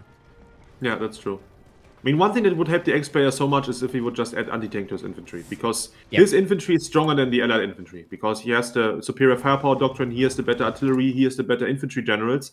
If those units would actually fight on their full potential and be able to deal with the enemy tanks, he could actually use them to go into an offensive. He should be getting rid of that. There's 2 factories right now still on Oh, fighters. watch out, another tank combat here. Oh, that's a interesting double combat here. Unfortunately, the Allied tanks clicked first, and because of the lag, the Axis units didn't get into the combat there properly.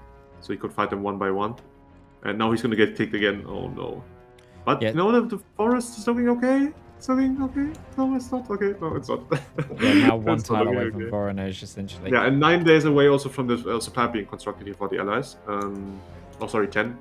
Yeah, Silas is like, the thing is, well, he's still got 2 factories on planes right now. I feel like just swapping those 2 factories onto AT, he's got like 200 in storage already. I mean, he could build cast with those, right? I mean, okay, his enemy has anti-air, so they won't do. No, I just think just like swap those to Toad AT and then start like implementing, like just make a copy of your infantry division, one with anti-tank in it. Yeah, true. And then just start putting it in certain places of the line. Don't like full convert your templates, but just, you know, piece by piece. I think it'd be really helping slow the bleed. 300 VPs now to 500 for the Allies. Our Allied player took the supply below Voronezh, and he also is almost. He would be able to cut the Voronezh railway if he just crosses the river there into the plains tile. But yeah, once he has secured this supply, we can actually go on offensive further in the north, and then he can hurt the X-Player quite a lot. Yeah, and if he takes Voronezh, the bleed is going to be even worse. Yep. But the X-Player might be able to push him back here. You know, he has 0 supply right now in the forest tile, but he needs to hurry because the railway will soon work. I mean, the supply will soon work. 2 days, and then okay, no, it just started working again because he motorized the supply ups, and he built the one in the line. So there's no way he will get that back. Does he have flame tanks in the tanks? The Canadian player? Yeah, he has. Oh, if he has, he could actually push Voronezh with these tanks. I think if he gets a planning bonus on there. Because of the flame tanks giving him 15% extra attack on cities. So the penalty you take there is way less. Oh, look at that. There we go. Yeah, look at the stats he has. Attacking a city tile. You saw that? That's crazy. And now he just needs to move up north, and then he can circle off that infantry there. Come on. Be a bit greedy. Oh, yeah, please. Give us an overextension. Give us some counter-encircling players. Oh. Come on. Come on, go. Keep going. Oh my god, an encirclement. Come on. Possibly big one. Possibly a big one. Please. Oh, the panic clicks are beginning with that tank. Oh god. It looks so like the X-Player is not going to try and like counterattack there, you know? He is just training his tanks on the front line further south. Doesn't look like he wants to like. Allied player, are you gonna walk and encircle it? Okay, he's doing it. Okay. Oh, that's so many troops. Yeah, he's playing with the spray. Oh god, 16 divisions there. They've been last standed as well. Oh, but that's no. Look at all the helmet pops. Look at them. Just boom. Remember, don't play this one, otherwise something will crash again. Yeah, no, I know. Oh my god. Oh, bleh. Sorry, let's look at the casualty screen. 300,000 Axis dead to 63k allies. Ah! I don't feel too good, Mr. Seamops. I don't know, man. This is not looking too hot for the Axis player right now. 1 to 5 casualty ratio. Do you know what that means? It means we'll be going 1-1 into this best of 3. Well, it's not a best of 3, but into this 3 matchup. You're right. It's actually a best of 3 now. Because just... Wow, like I think it's the first time this season, right? Normally we've had a lot of stomps this season. I don't think it's that's right. For sure the first time, but it's definitely one of the few. I'm going to check what their next map is, just so we can see. Oh, it's going to be Nordwind, yeah. Oh. Nordwind's going to be interesting to see, because there maybe our Allied player can show us his special force strategy again, because Nordwind really favors that a lot. And then, you know, maybe, like, can you tell me who plays what on that map? Yeah, sure. We've got Constantine is on the Axis and Silas is on the Allies, so they're flipping again. Okay, then we might see in Finland, and maybe, you know, after seeing how strong the Special Force Asilas is gonna go with the other ones, you know, with The other one, yeah. the Special Combined Force. Operation Headquarters. Oh yeah, Combined Operations Headquarters. Could also see a USMC again. I mean, that would also be viable, especially, you know, if your enemy starts converting his all of civs to mills, you can just bomb them. The Strat bombers are, you know, they're not to be underestimated. Even if you only have 50 of them, you can like wreak havoc on the enemy's economy with that. And if he doesn't have any civs to repair the bomb mills with, well, sucks, I guess, you know, can't do anything anymore. I think our Axis player has like neglected taking a focus for a little while because he's taken the extra civ focuses, which is like he's so far behind the allied player in terms of getting through the mill tree. Yeah. Like the faction tree. Big problem he has is just that his infantry can't pierce the tanks. Yep. Yeah, he has them. Oh, he's put some AT. Oh no, this is okay. I'm looking at the wrong production screen. No, he's not building any. He has the anti-tank researched even, you know, like even the anti-tank upgrades. Yep. Putting a support anti-tank in his infantry divisions would give him how much piercing? It would give him 50 piercing. Let's really quickly see how much armor our allied player has on his tanks. He has 50 armor. So that would be completely fine. Yep. And he's going to be getting so much AT as well, like in the backlog for the homeland. Mm-hmm.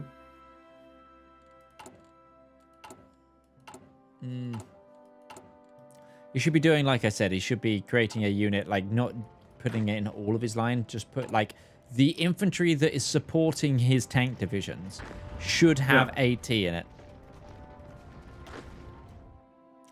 But no, I think we're about to see a full-on break. Oh, hang on. I can tell you the losses of the battle in a bit again. And he lost 30 tanks to 2. Whoa. Christ, there's another one, a 15 to 7 and that's 30, a 15 to 1 tank KD. He also lost 50 to 2 and 33 to 7. Like his tanks are just getting bullied, you know, like it's an uphill battle he's playing here, and he will get clicked again, and that will be, how many tanks was that? It was a 2 to 69. Ay. That's it. Game over. Okay. So we're going we're going up for a game 3. It's going to be great. We'll see you in just a moment's time. Don't go anywhere.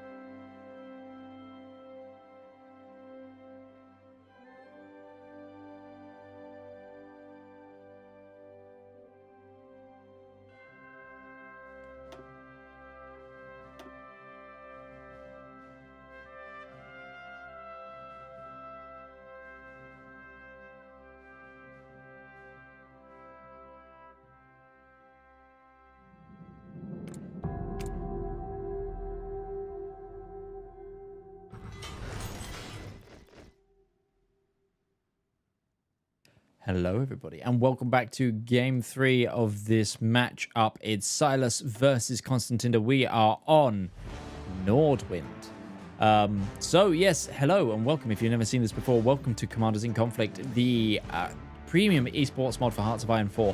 This is a 1v1 matchup on the map Nordwind, our Scandinavia 1v1 map. This is a 3VP map. Name of the game is there's 365 days of build-up followed by all-out war, and you have to either capitulate to your opponent or drain their VP points to 0. We have Constantinda on the Axis and Silas on the Allies. It's 1-1 in this head-to-head, and yeah, this, I mean, whilst all matches count in this current Open League standing, it's, yeah, this is going to be an exciting one because they've both won one now, and I'm excited to see what they pull out.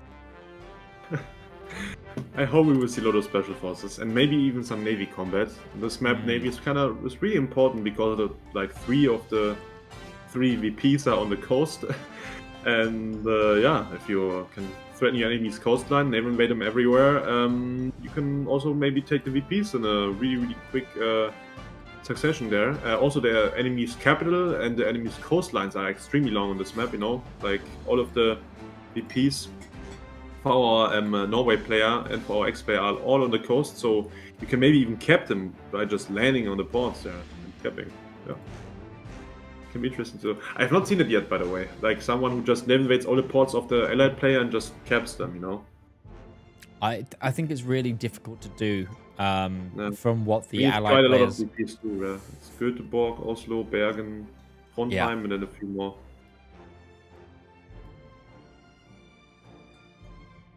Yeah, I also think the allied nations have slightly better naval choice compared to the Axis.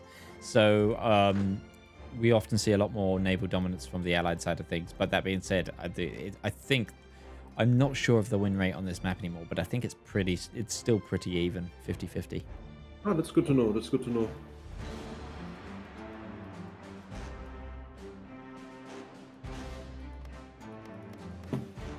Yeah, I still hope you guys will give everybody like 100% more Docker output, so they can start building big ships and stuff. You know, it'd be cool. Yeah, we're gonna relook at the industrial tree for the new year. I think that's gonna be on the list of things to do. We are actually, the thing is, right now we're actually undertaking a huge project on the modding side of things where we are essentially, but it's nothing new. We're kind of currently. We're doing a lot for just like implementation, making sure everything's got descriptions, making sure the coding's clean, because right now there's a lot of like, if you open this game in debug mode, there used to be quite a lot of errors and stuff. Yeah. So we've had to slap this game together quite a lot where modifiers don't work properly. We're just basically going back and essentially cleaning everything up, bringing everything up to date with AAT as well. We're going to have a little bit of a refresh at MIOs. We're going to look at starting navies and naval balance. That's another thing that's on our list. We've got the Special Forces Doctrine Tree to have a look at. There's quite a big list of things that we want to do by the time the New Year's hits. And yeah, we're working through those things. It'll be interesting to see. I mean, having a cleaning up a bit is very important. You know, otherwise you end up with even more like problems in the future. That it's really nice. It's really nice. Okay, both players seem very like normal builds, you know, like building artillery, building trucks, building trains. Nothing unusual yet. Also, research-wise, we see some tanks from the Axis here, which is interesting. A map like this, I don't know, but we will see. Maybe he's researching the medium tanks to make better flame tanks, but probably make them on an old chassis. I mean, we could see Canada. I have seen Canada played on this map quite a lot because Canada does get a navy. Oh yeah, true. You get the UK navy, right? You get part of the UK navy, and then you also get a small carrier fleet. Oh yeah. It ranked. So we actually did some testing on the modding server, or SumZero did some testing of like which navy is the best navy, and I think the Canadian navy came out at 4th. Oh, that's pretty strong. That's pretty strong then.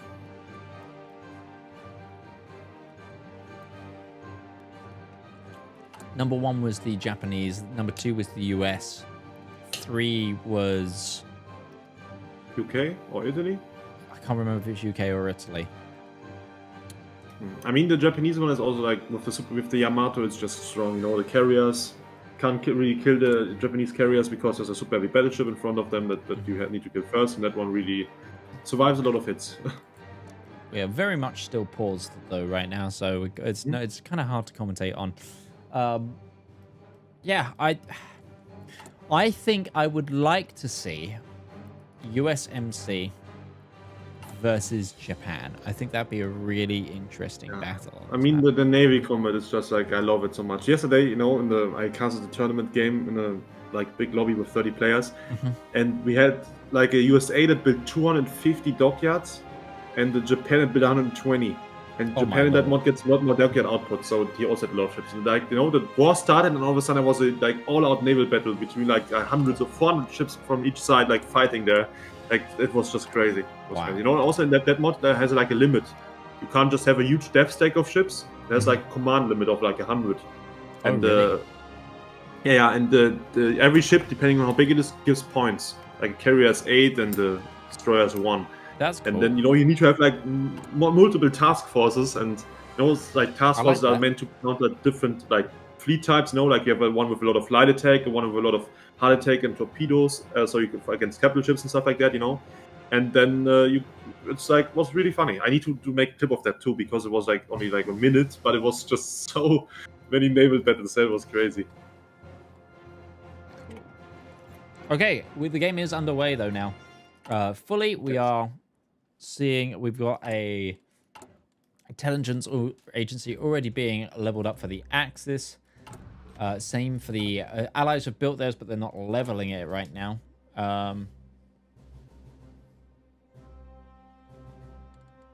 Yeah, I mean, maybe he probably forgot about it. That could be, or he really wants to maybe do like a. Okay, no, man, he's just upgrading. I think he's waiting for the civs to hit. Yeah. Okay, let's see. Civ focus first or mil focus first? Probably mil focus first, right? Would be weird if not. Yeah. Mil focus first for the allies. Oh, dockyard focus for the Axis. Hello. Let's go. That's pretty good, you know. It's only 20 days. You get 4 dockyards. You get Navy XP that you can design ships with, and then actually use those dockyards with, and you get the upgraded MIOs. 2 extra MIOs slots levels or whatever you call it. I don't know. Yep. And that really makes your ships a lot better. What you can also do with all of these extra MIO upgrades and more dockyards, you can refit the ships that you get from your faction pick later, and then they are also going to be a lot better than they are usually. And I'm all of that excited only to for see like. that. It's really strong. Like, I think like it's pretty good. I don't know like why not many people take it on other maps. I think it's because there isn't as much naval reliance in a lot of the other maps. This one's pretty much naval. Do you know what I'd love to see now with the MIOs? A super heavy battleship. Oh, sorry, yeah. Sorry. Is a 2v2 map on Nanshin Ron. You know, the old heavy navy map in the Southeast Asia. Oh, yeah. Can you imagine that now with the dockyard rework and also the MIOs and stuff and how the factions? Yeah, I think what you guys still should do is like legit just give everyone like base 100% more dockyard output, or just make it that the dockyards give you know, I don't know how much does one dockyard give? 15? No, wait, say 9 give 54. What number is that? Can you divide 54 by 9 for me? I'm very bad with math. Hold on, I'll pull up a calculator. It's a 5 point something, right? It's 6. 6. Oh, okay, I'm retarded. Sorry. Yeah, it's, I should have been able to do that as well. Let's just up that from 6 to 12, and then the people can build, you know, like bigger ships actually in time for, you know, like the war to start. Because if you only, you know, like if you want to build a battleship, it takes like a year or even longer. And by doing that, you know, you can just build them even quicker. And then make the submarines more expensive, so people actually build capital ships. And then it will be funny. Trust. Okay. Because submarines are cancer to counter, especially submarine 3s. They have a very, very low visibility because of the better engine, and the submarine hull itself gives less visibility, and also the designer that he now has 6 levels for. Blumenvoss, the raiding fleet designer. He went and got all of the submarine bonuses there. Yeah, so we did reduce submarine visibility in the mod, but I think the MIOs have like outbalanced that, so this is going to be very scary. He's at 18 right now. That's really not that high. It's decent, you know, like it could be higher, but if the allied player actually has like anti-submarine destroyers, he can actually counter those and find those. If the allied like player sonar and goes Norway / combined operations, they get Yeah, he gets the escort fleet, right? He gets an anti-submarine fleet there from the merchant marine escorts. That would be a hard counter to this. But yeah, or just remove submarines completely from the map and force people to build like capital ships. Yes, no more submarines. You can only get them from the trees. Somebody in the chat asked if you guys are going to shorten the air and navy doctrines. Like we did Like, the army so ones. they look like the army, yeah. We're thinking about it. We are thinking about it. That's a very big undertaking, though. And we've got our task list to do before January is pretty huge. One of the main things that we're trying to do right now is accessibility and make the mods completely more beginner friendly. So we're actually doing some work. I don't think this has been revealed yet, but for example, we're doing some work on the AI. Nice. So that you can play against the AI pretty easy, like and actually do like AI games. And the AI will play somewhat properly, so you can kind of train a little bit, and various things like that. So we're just trying to all round make the game more accessible for newer players at the moment. But yeah, it's on our list. We've got a huge production list to work through. Nice. Okay, gun 2s only again for our allied player. Probably a mix for the Axis player. Yeah, gun 1 and gun 2 mix again for the Axis player here. But he is gonna go very heavy on tanks. 150 on tanks. You know, he is planning with. I'm not sure if he's gonna get that many. And he's going Hungary and Romania, so he's probably gonna go for Hungary, right? Hungary, Romania on this map? That's... And here he's gonna just try and, you know, like cross. You know, he is going to have the naval supremacy because of the dockyards. He's just going to try and cross to Stockholm and just fight his way through to the enemy's capital and kill him there. Okay, it's a bold strategy, Captain. Let's see how it pans out for him. I hope he manages to cross there with the tanks, and then you know the fighting. I hope there will be a lot of fighting. It'd be great. He also gets the Black Sea Fleet. I don't know how strong is the Black Sea Fleet from like Romania and Hungary. From Romania, I don't think it's that strong, right? I don't think it is very strong at all. Let's check that out. Yeah, it's about to spawn in, so we'll have a look. We're getting the King's Choice from the Allied player here. So either going to go Norway, one, right? Yeah, Norway or Combined Operations HQ, which also means they're going to get the escort fleet. That fleet is horrible. 12 destroyer ones and 3 U-boat 2s. Oh my god. That's legit, I think, one of the worst fleets. I mean, it's probably the worst fleet in the game. Yeah. But, you know, makes sense. Like, Hungary never had a navy, and I don't know, I've never heard anything about the Romanian navy except for that it was bad. Horthy and his imaginary navy. Yeah. The Danube navy. Oh, it's the Danube, right? Or is it the other river? I'm very bad. I don't know. I think it's the Danube. Let me really quickly Google. It's hilarious that Hungary actually gets fleet coordination bonuses. Yeah, okay, it's the Danube, yeah. The Danube Navy.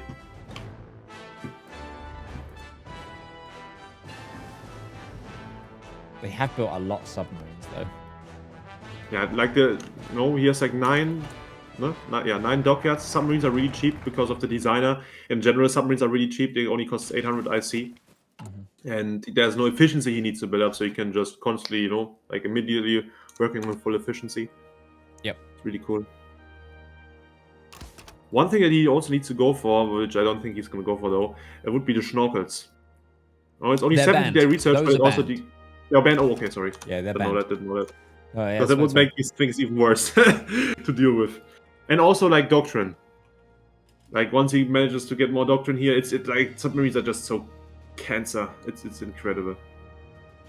Like, in another mod I played, like a few weeks ago, I played TFB. It's like a multiplayer mod, with, like, also where you play with, like, tons of people. I played Germany, and I just spammed Submarine Force. And those Submarine Force with a full Navy doctrine, with the full submarine doctrine, and with the German bonuses and German advisors, everything, the UK could do nothing. You know, he had like the newest sonar and the best destroyers and everything, even scouting cruisers and everything, but they couldn't do anything against those. They were just too broken. Sub-Zero just messaged me the Navy strength. It's IJN, so Japan, US Marine Corps, Italian first, Commonwealth, Canada. So it's Commonwealth actually. So Canada's actually in 5th, not 4th. But Canada is better than the Imperial Japanese Army, the Merchant Force, from the testing. Also, not. I expected the UK fleet to be weaker than the Italian one because the Italians get really strong battleships and they usually know like they kill the old ships that the UK has and then they can kill their carriers. That's interesting.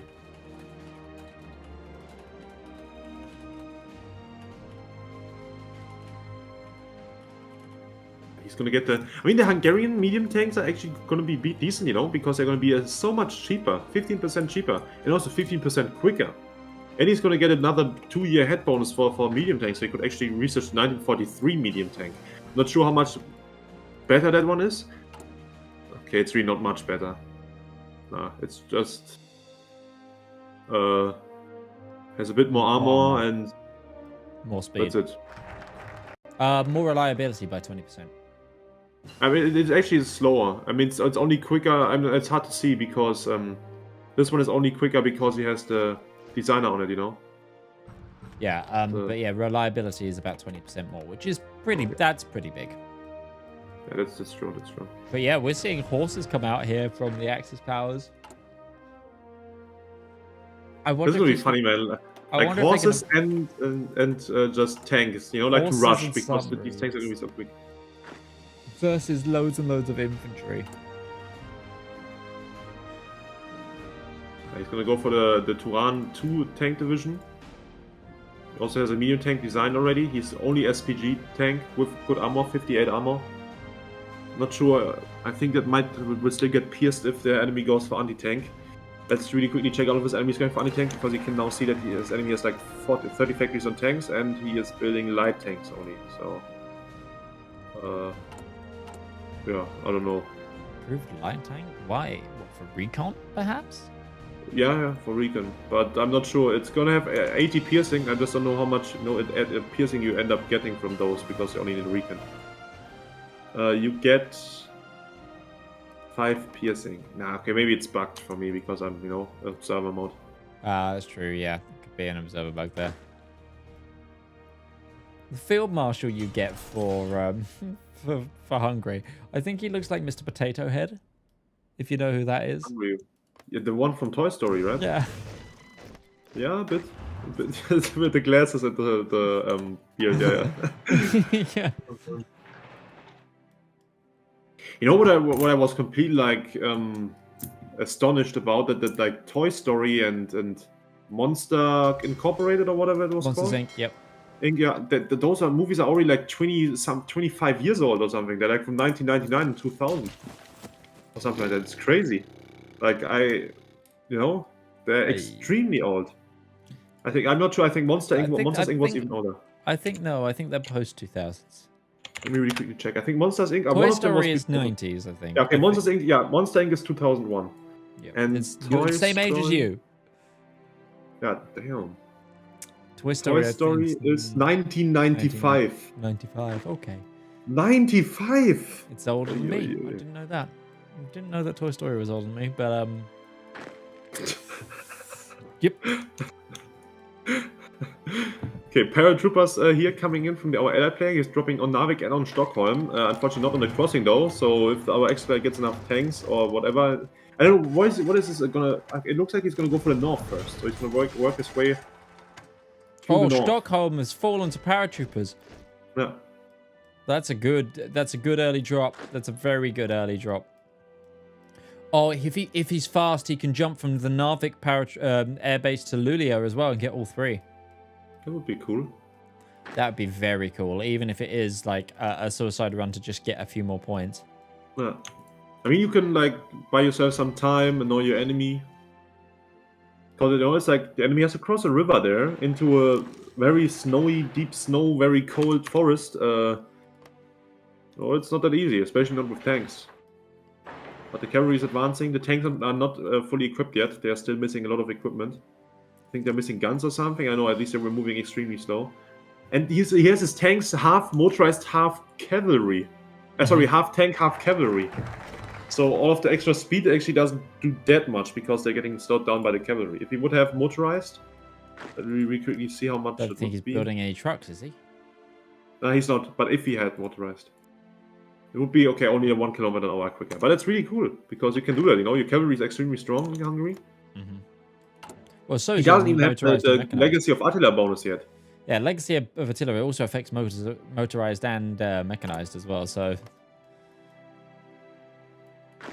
I like this front line forming from the Allies. It's just they've got a lot more troops on the field. Just as a note, Allies have 63 divisions. Axis are currently running on just 30. So it's about double the troops here for the Allies. And the Allies have managed to form a front line that stretches between both VPs now. They just need to He's fill in also that gap. slowly advancing towards the north of all of his entire army, but it's going to be very slow and also very gruesome because he's taking a lot of attrition. If you look A at, lot of attrition. you click on the army, man, it's just so many these skulls there, like 30%, 15%, 43%. Let's really quickly see in real time how much the equipment he's losing here. He already lost 3,000 guns to attrition. Oh my Look at God. this. You see this here? It's just ticking up the number. Yeah, he needs to get a railway on the build as well. Get a railway. Walking through very snowy mountains and forests is really not that good for your. I don't know. I guess the guns or like the people that you're walking through there with. I guess they're just getting frostbite and then the guns are being Just dropping. yeah. It's just slippery and they keep dropping their guns. Oops. Yeah, true. And then they fall into the snow and they can't find them anymore. Yeah, exactly. That's exactly what it is. 1000%. That's. Yeah, man, that's a lot of attrition here. Damn, man. Number go up. Happy. Number go up happy. Did you just say? Fun. 3.5k now. I mean, that's like 3.5 divisions worth of equipment. Meanwhile, his enemy, he probably also lost a few, but not that much. Let's see here. Yeah, he lost 800. Axis player needs to make sure that they fill in this back area that they haven't capped yet, because the Yeah, thing that's is, true. if one naval invasion comes in, Tiles and and it everything hits- is cut off. yeah, and everything cuts off again. Narvik is empty! Narvik is empty! Wait, what? No. Oh no, the Axis player is standing right next to it. He could walk into it. He could legit just walk into it. It's empty! Oh my god, man.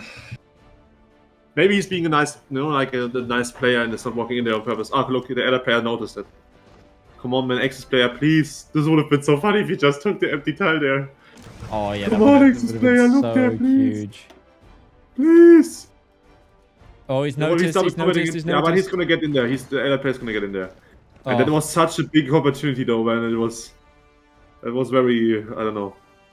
I mean, yeah, no, exactly. It's just like perception of the thing. I think he's just the Allied player obviously was reworking the front lines because the front line, the red front line now doesn't actually stretch all the way up there. So I think they were too busy microing that, and because they'd removed the front line from up there, the defensive units up there then moved away from the port. Yeah.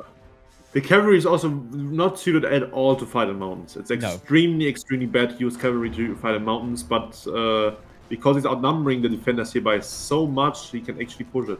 And also the tanks have good stats there. You saw that? They can't be pierced that third soft attack there for a second.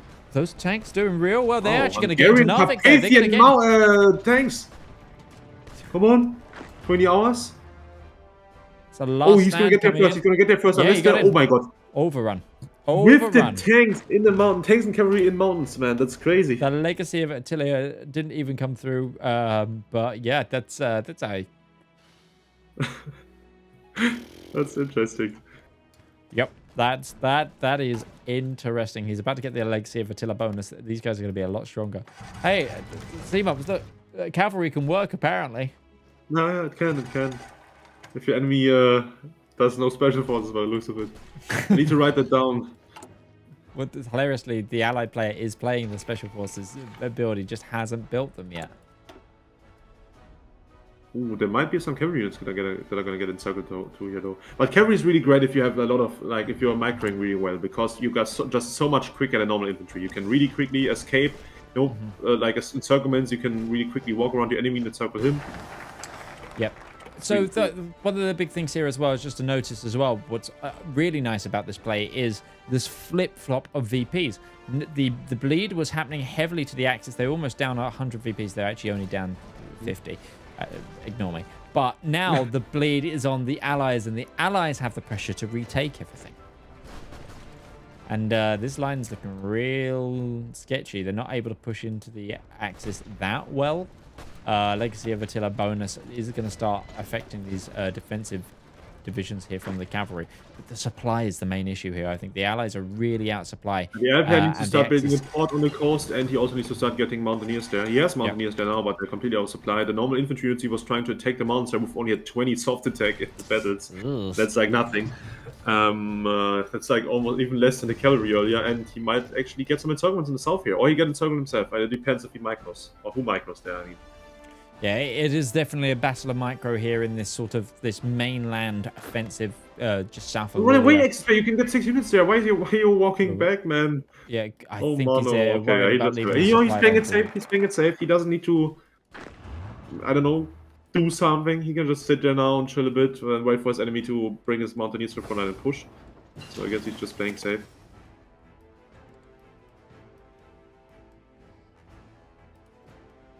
Also, how are the U-boats doing? The Allies haven't put their navy out, so... Well, they have. I meant the Axis U-boats.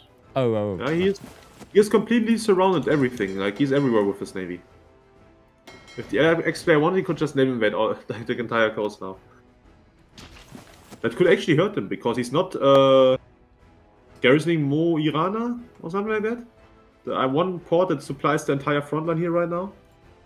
If he lands there, he can legit kill, like, cut off the entire allied army from supply. Also, let us really quickly get an update on how much equipment he lost because of attrition. 6,000 now. So still more than through combat here. And yeah, he's falling back now in the north a bit. Is he falling back to the tower where he's building a supply? Yes, he is. Because he also got these 6 units encircled in the south now after, I don't know, them standing there for like half an hour. But he lasted them, so he maybe can get them out again. Because there's a lot of infantry surrounding that tile.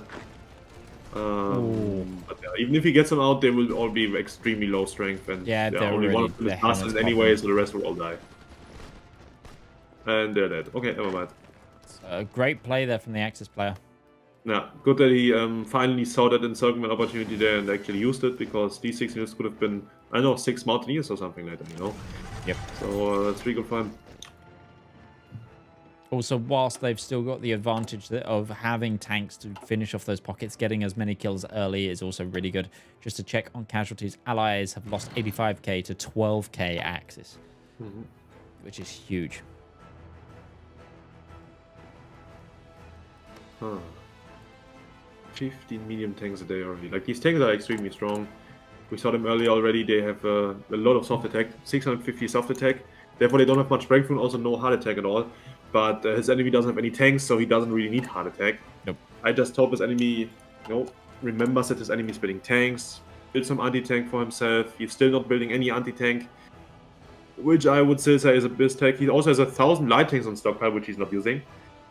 Yeah, I guess, I don't know.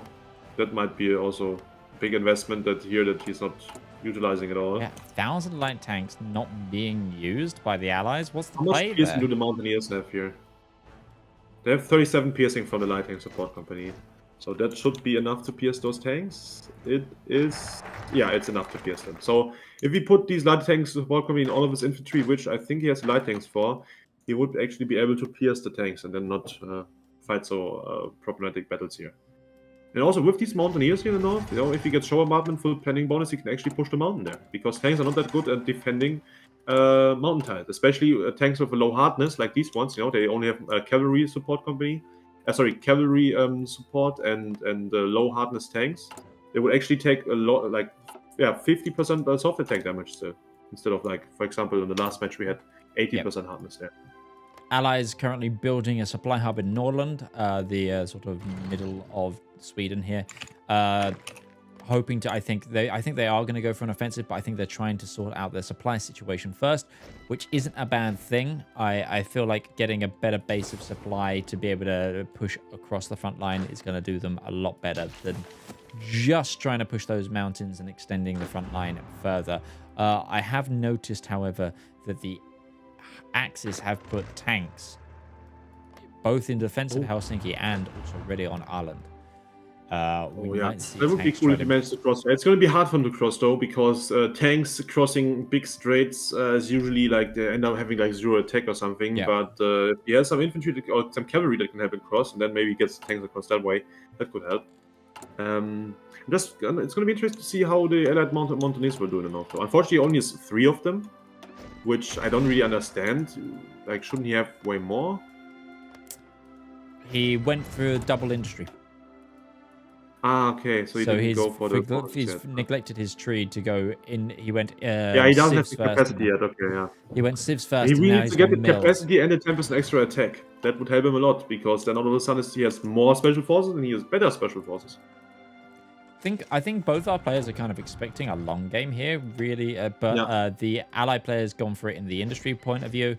Axis player has pushed all the way through the rest of the Hungry tree. They're about to get their Yeah, they're both capstone at focus. 50 something mils Honestly, right now, they so... are one. They're about to get the Regent Admiral Horthy's about to go in charge. So you're about to reveal that this is Hungary, although I'm pretty sure that's already known by now. But for the homeland, getting for the homeland earlier with the arms delivery every month, that's going to really, really help offset some things.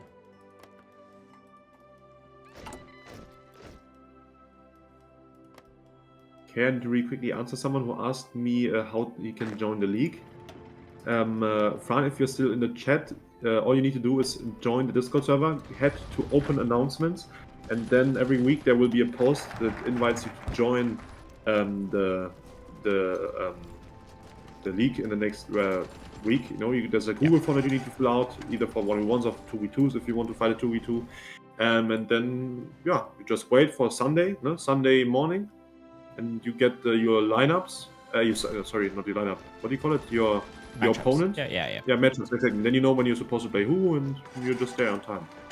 Oh, encirclement on the coast, maybe? If the Allied player wakes up. Good. He woke up. Woke up. He got gonna that get Pierre pin. at him? Good. Oh, yeah, he got in there. That's 5 divisions. That's huge. And do you know what the best thing is? Oh, I just noticed it. The tanks are in the position where they've just built the supply hub. They stole the supply hub from the Allies.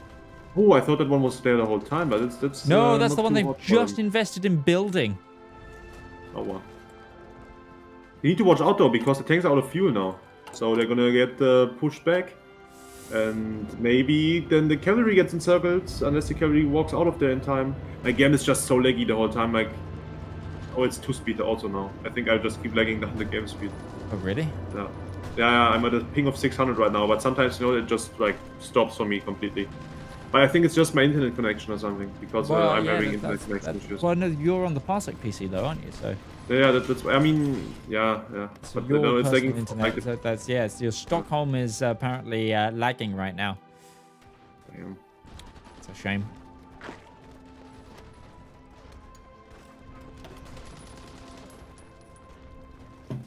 Oof. Although that's 1 cavalry division to 2 allied infantry divisions that were killed there. So pretty decent trade, pretty even trade. The tanks did get out. The tanks are being able to be pulled back behind that river. The allies have got back their supply hub. Oh, the which is Maltese are fighting. Otherwise, it's just infantry that's fighting now. But cavalry is really not good to fight in mountains with, so we're gonna have to see what those do. Like, the infantry can already almost push them here, but I wonder. He only has 3 mountaineers. He really needs to get more quickly before the bleed gets too bad for him. But yeah, I'm still lagging again here. The game is just paused for me now. Bitch, are you here? Hello? Yeah, I'm here. Okay, good. I thought this got sorry, I was just... Yeah, I'm stuck on the 15th of June here, unfortunately. Yeah, it's gone down to speed 1. If you want to quickly disconnect that game, we'll stick on my point of view. Yeah, that we can do it. And I'll just share my screen on Discord for you. So we don't hamper their game too much. I'll reset the game in the meantime. There you go. Thank you. I'm going to tell them to keep playing.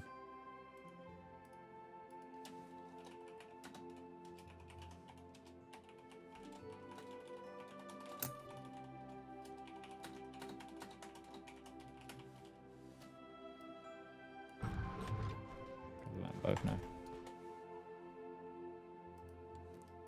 Okay. And they're back up to speed as well. So, yes, we got we've got an allied offensive now towards Umia with the infantry. Getting that river crossing there. It's a little bit of a weakness in the front line here for the Axis, but I think they're going to be able to hold this nicely. Yeah, unfortunately, the stream is a bit black and white for me right now. I will send you a screenshot, so you see how it looks like for me. Really? But it was multiple Discord streams, unfortunately. You see that? It's very hard to see. We saw. Okay, now the color aspect. Not the color aspect. I don't know. It's just like sometimes it's weird. Yeah, we had this actually in our mod meter. Yeah, it's an interesting Discord bug at the moment, I think. But I can see like the silhouettes of the horses, so I know where the Hungary player is there.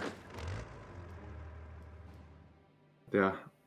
Is he still training the Mountaineers in the north? Can you see that? Yes, I have. Hold on. Okay. Yeah. Check his deployment queue if he maybe is training even more like this. Okay, he doesn't. Okay, never mind. Yeah, no. It would be interesting to see. Now he's doing the Royal Marines tech, which will be nice. Okay. All he needs to do is put his navy there for shore bombardment, and then like the Mountaineers should easily be able to push this, because they can pierce the tanks. The tanks have low hardness, so they will die really quickly. For the homeland coming in now, for the Axis player, he's going to get those supply drops coming on in.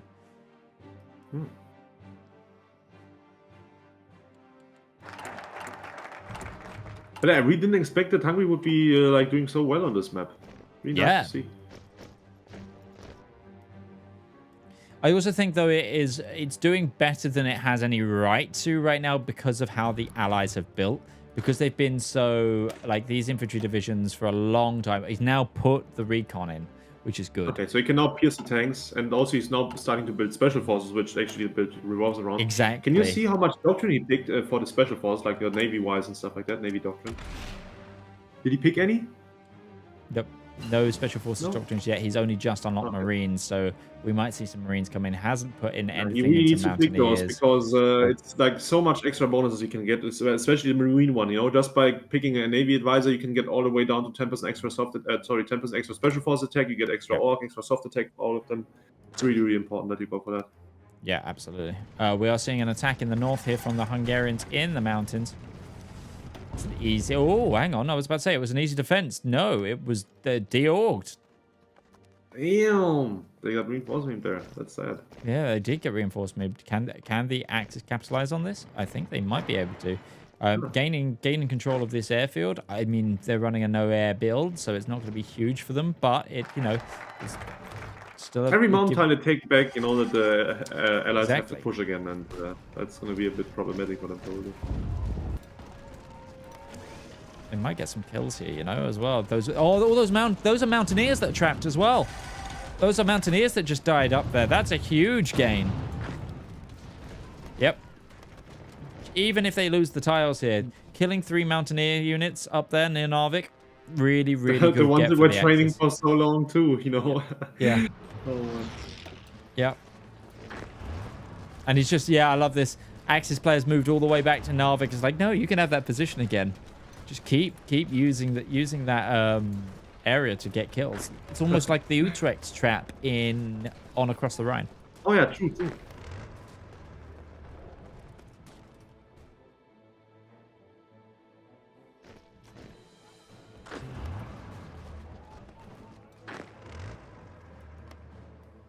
Interesting to see.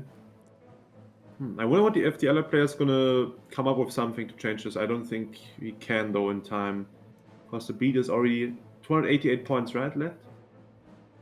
Yeah, so 280 VPs left. It's a double tick right now, so gotten 100 something days, the tick will get even quicker, so I don't know, it's gonna be interesting to see. You need to get more special forces. Now he has the capacity, but about 170 days, I think. Yeah. Arms industry now being increased for the Axis player. I think this is a really good thing that they've gone for the homeland first, get those monthly supply drops, and then they've got the industry. Like, they already got 100 AT that they're not using. It's improving the amount of artillery they get as well. That supply drop uses their tech, and it gives them the best tech available. So if they tech, like, if they get the tech for AT3, Artillery 3, which is what they're doing right now, it will start giving them 100 Artillery 3 every month. Aren't they also going to get the better SPG cannon then? Yes. Oh god, so the tanks are going to get even more soft attack. Yes, if they change it, yeah. Yeah, that's crazy. Oh, Marines have been built by the Allies, and they've managed to make a good push there. Let's see these Marine templates, as well as the combat comes on in. They've got one Lion light tank in the Marines. I mean, he has enough on stockpile, right? So True. This is a nice template, to be fair. and they give him a decent amount of heart attack, I think. Because he has the...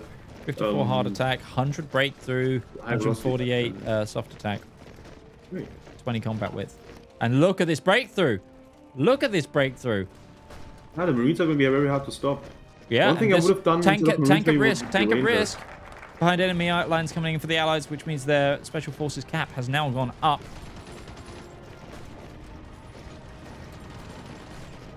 Rangers would be amazing right here. Yeah. Sorry, light infantry, as they're now called.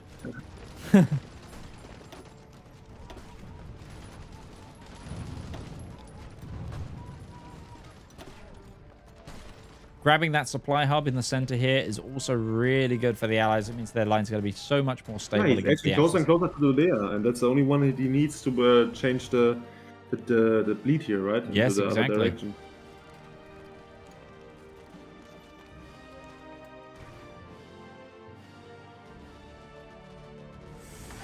It's a big back and forth between these tanks and this cavalry.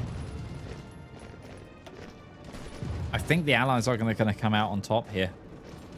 Yeah. By looks of it, at least.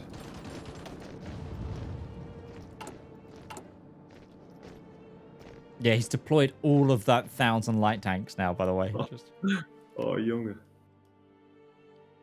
mean, we're gonna see a difference now, because now most of his infantry can pierce these tanks. Yep. And we already saw like the other maps, like how much just one support anti-tank, you know, as long as your infantry can pierce these tanks, they're gonna start de-auging a lot quicker.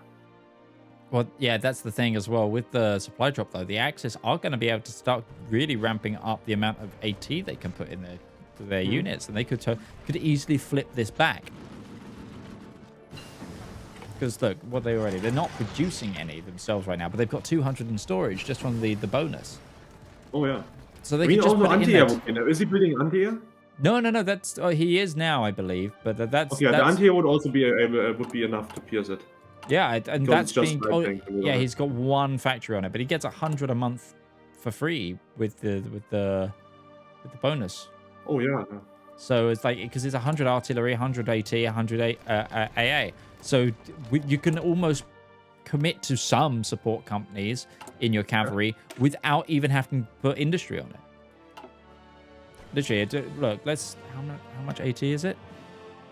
24. So make a variant, get like 10 divisions with it in, boom.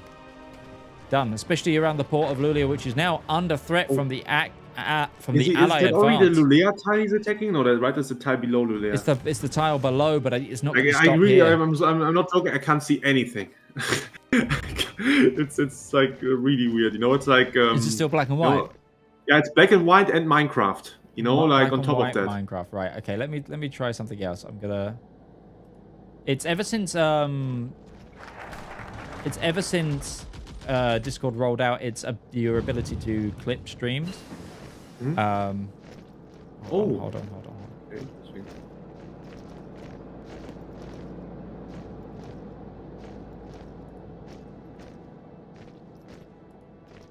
It's kind of sad, you know, like people pay like for that they can have like higher streaming quality and shit. Oh yeah, now I can see it actually. Yeah, I'm streaming the screen rather than the application, so.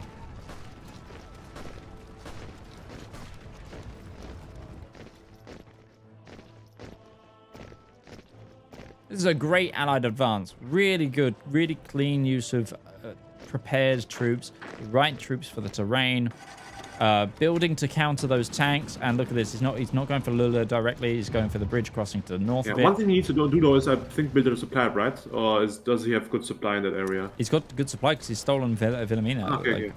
I mean, it's about to get to the ends of its thing, but the other thing as well, Axis never took this area. So Uh-oh. once their railway gets cut here, They're gonna Like- struggle because then their stuff comes over the port, Yep. and that is, I think, getting commemorated right now. Even though it's just a few ships, it still hurts. We saw it earlier how much some commemorating can hurt someone because of a naval invasion on Yep. the if first map. Yeah. if the Allies get to Torino here, all of this becomes untenable. They can't hold any of it because none of their supply is going to be able to come from their heartland other than by ships. And whilst I think the Axis do have a bit of a naval gain, right now it's going to be too much, especially with how well these special force infantries are going to start pushing.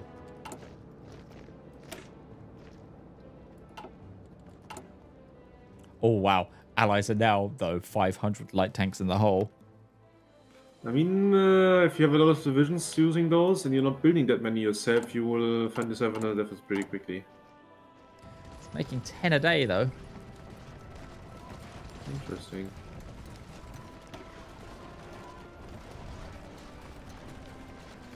Oh, I think there's a bit of a misclick there. Try to keep this. They've tried to keep this gap open, but they left the tower to the south of Lulia open. It's a good push to the north there, but this whole area is getting a bit tasty. Yeah, I mean, he still has 100-something VPs left, right? So it's gonna be interesting to see because Hungary players are going to focus most of the units there now, also most of his tanks there now. Maybe there's another opportunity for like maybe a naval invasion or like a push in the north now. But naval invasion wise, I don't think it's nothing that's going to happen there because it's just of all these U-boats everywhere. It's just already like 50 or something like that. 50 something U-boats. 46. so- 46. Yeah, 46. No.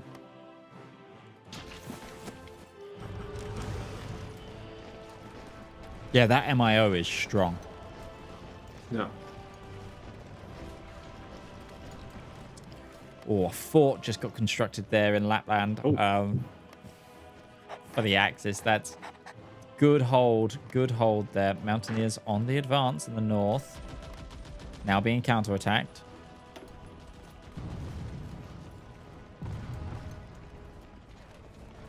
Jesus, those tank divisions from the Axis are still pretty strong. Even in the mountains. It's the same design that they ran for Canada, just instead of motorized and mechanized, it's cavalry. Oh, I mean, the cavalry is working out really well. Against other tanks, it would struggle a bit more because cavalry Yeah. is not like the best of the best there, but it's still really powerful. Yeah, absolutely.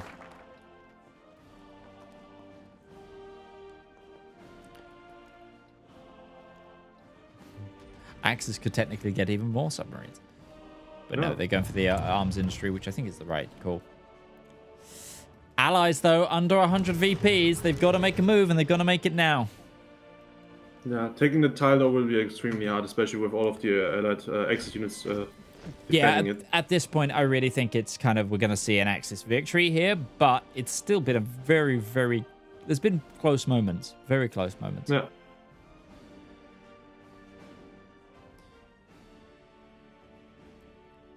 It's just a very solid front line now for the Axis. They've got a very good defense here. You can make Space Marines, yes. I believe these Marines Space- technically are a weak. A lot. They're I mean, you can easily counter them. All you need is just a bit of anti-tank. exactly. It gets hard to counter them if you make super heavy tanks Space Marines, because super heavy tanks or heavy tanks you can get so much armor on that the unit actually gets a lot of armor, and then you will have struggle piercing with anti-tank. But with all of the ones that we see here, it's easy to counter. Just have anti-air or maybe anti-tank as a support company, and then you're going to be fine.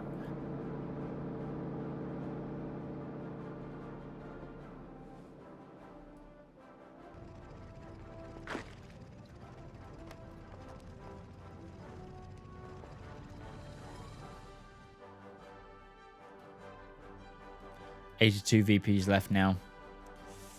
I wonder if we're going to see a just a button click in a moment from the allied player, because I don't know if there's anything they can do at this point. I mean, they're using their intel network correctly. They just don't have enough to break across. Yeah. I mean, it's pretty hard to, like the enemy has tanks and they're entrenched. They have a lot of soft attack. They're not exactly that what you need to counter the infantry. I think they're just And, trying to get out of their equipment deficit and hoping that's enough to, because they're going to be out of the light tank shortage in 8 days. So we might see another. We might see one final offensive then. Although I would say there's some supply issues going on from the Allies here.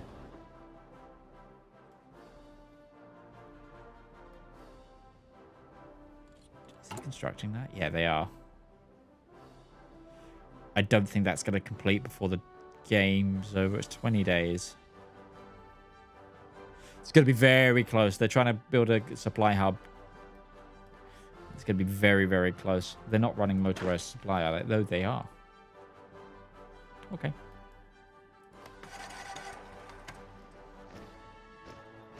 I think we're going to see one final offensive, and that's going to be it. Yeah. Surprised someone's trying to naval invade? Yes, I mean...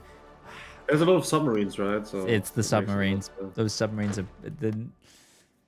They're counterable, but they're only counterable if you build for them, and this is the first time I think this is turned out that way. Although Agent turned as well for the Allies. They're getting some RNG luck from the spies, but I think it's a bit too little, too late.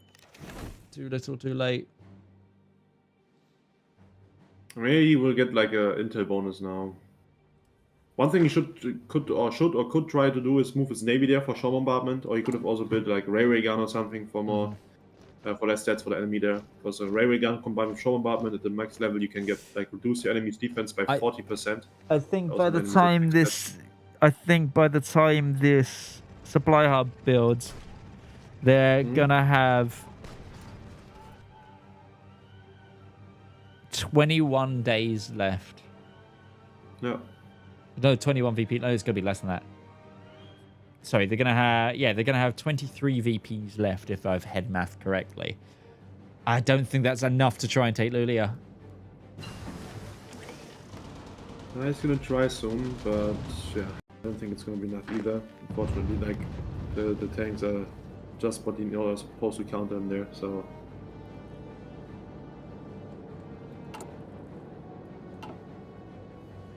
good attempt though. Yeah. Marines back here. Axis as well. They're actually garrisoning Torino now, which is good. But they don't need to land on the port. You could suicide some Marines into here and still have the same effect.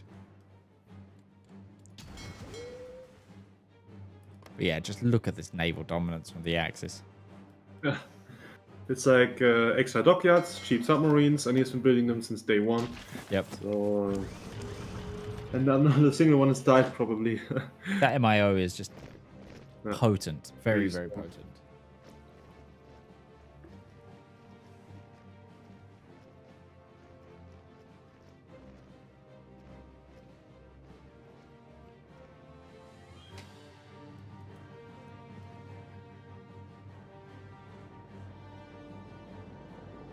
This is where I want, like, the controller camera that you get in debug mode.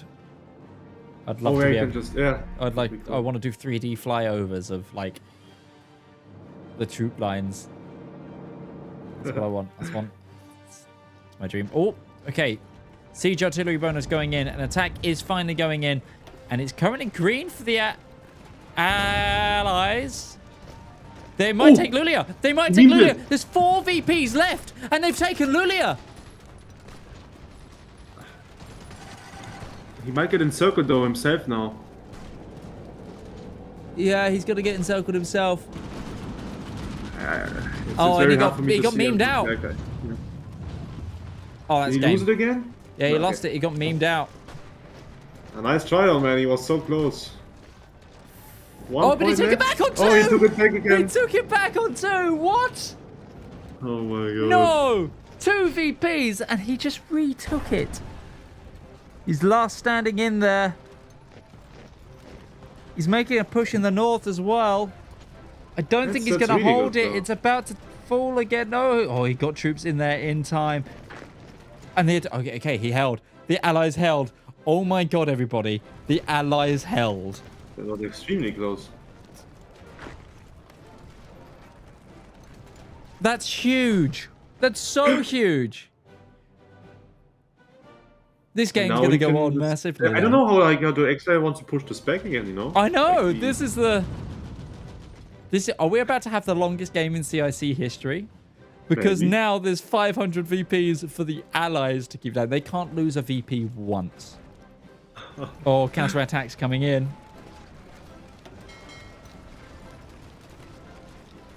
It's gonna be hard for him though. There's a river, right? Is there a river? Yeah, there's a river here. Like it's gonna be hard for the tanks and the cavalry to cross a river into a cold forest. I mean, a snowy forest tile Oh, with. Good job. Allies are keeping up the attack. The allies are keeping up the attack And these across the tanks are river. just getting completely destroyed. Well, so yeah, the because if cavalry he can gets get screwed to on that. one tile ahead to here, it's going to reroute all of the supply up north and then down. Ooh, but it looks like he's pulling back again now. Yeah, I don't hate that. I don't hate that. It's just stopping them keeping the pressure up, you know? Yeah. That's really cool. Like, yeah, More that just shows how paint to fight. strong these special forces are again. When did the allies build fighters? Did he maybe get some or something? I don't know. Nope. Probably like the cast was like cast combined with the good stats. got is what loads of killed the fighters. tanks up. Sorry, Do you also don't- have cast or is it just fighters? Oh, it's cash. That's chaos now. That's why the tanks were struggling. So like getting the Orcs so quickly, I was already wondering. There's cash. There's, I The think, mobile, this Halo, I the think, two, I two think I is had my Fortnite, production screen like this every time I opened it, and I didn't scroll up to see. They've Oh. built medium tanks, rocket artillery, and cast. Massive amount of cast coming in. This is the huge. casts are Look really- at this So click on the comeback. battles. Try to click on one of the battles. I want to see how much cast damage is. I mean, you can also go into the air screen then. Press F3 and then click on the air zone, and then you can see how much cast damage has been dealt in the last month or something in that zone. Can you see that? You need to open the. The details. Yeah. Yeah. Sorry, my brain. I isn't- can't see it unfortunately. Like for me, it's still Minecraft, and now it's purple, not black and white anymore. Oh God, what is Discord doing? Enemy troops bombed 51. Okay, I mean it's not that much, but there was also not that much combat going on yet.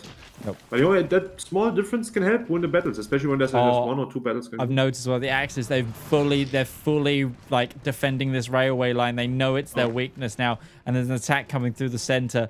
This is such a great turnaround here from our allied player to hold this game on 2 VPs.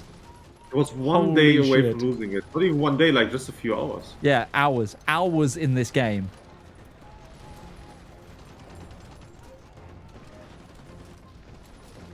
Tanks are struggling to push the north there. If I was him, I would counter-take the tanks now. They have like 0 orc. They're very bad for the defense. Oh god. That was look like they teleported for me. But, yeah.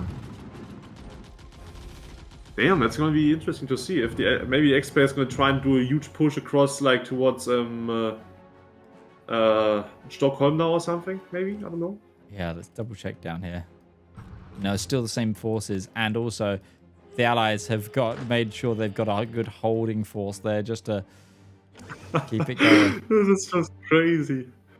God, I thought we would be game over, so I didn't go earlier in the match. But I'm gonna click this battle. I'm gonna quickly run to the toilet for the fastest possible because Okay. it's not over, friends. And if we're gonna be going much longer, I need. Whew. I will try my best to cast this. If you guys don't know what I'm seeing right now, like you can imagine that I can count the pixels. I mean, everybody knows like the quality of some Discord streams, unfortunately. I think it's like, I don't know how many pixels it is. I would have to count for a bit. But I can't see anything. It's like the only part of the screen that actually has some color is like the top taskbar. But everything else, you know, like that's not like the taskbar in the top, you know, where you see your stability and stuff like that. It's just Minecraft, and it's purple or like black and white or blue. It was earlier. It's I don't know. It's very hard to see. But by the looks of it, OL player is going to get more and more units on the front line here, and the X player is going to keep on struggling taking this back. And I really have no idea what he's going to come up with. He has the control over all of the navy zones, so he could maybe try some naval invasions, like behind Lulea, onto Lulea itself, or onto Stockholm, which I think would be the best choice he has here. Now trying to go for some empty port somewhere and just make his way to Stockholm and try to fight there, because there's not that many forests. It's mostly plains. And there he could be able to fight. But other than that, I have no idea.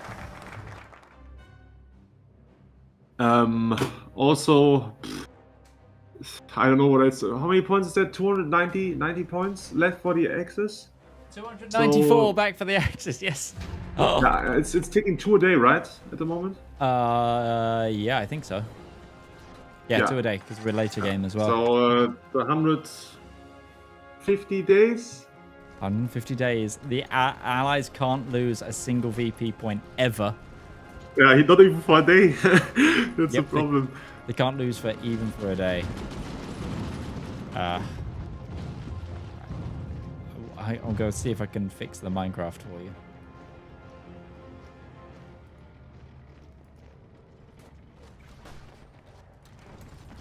Is it still Minecraft? Yeah, it's purple and Minecraft. It's I don't know. It's just Discord. There's nothing you can do. Or my internet. One of those. No, it's Discord. It's been an error since they entered. Did the thing? Yeah. The clips thing. I've had that too when I tried to watch a few friends play Counter Strike the other day. It also looked the same.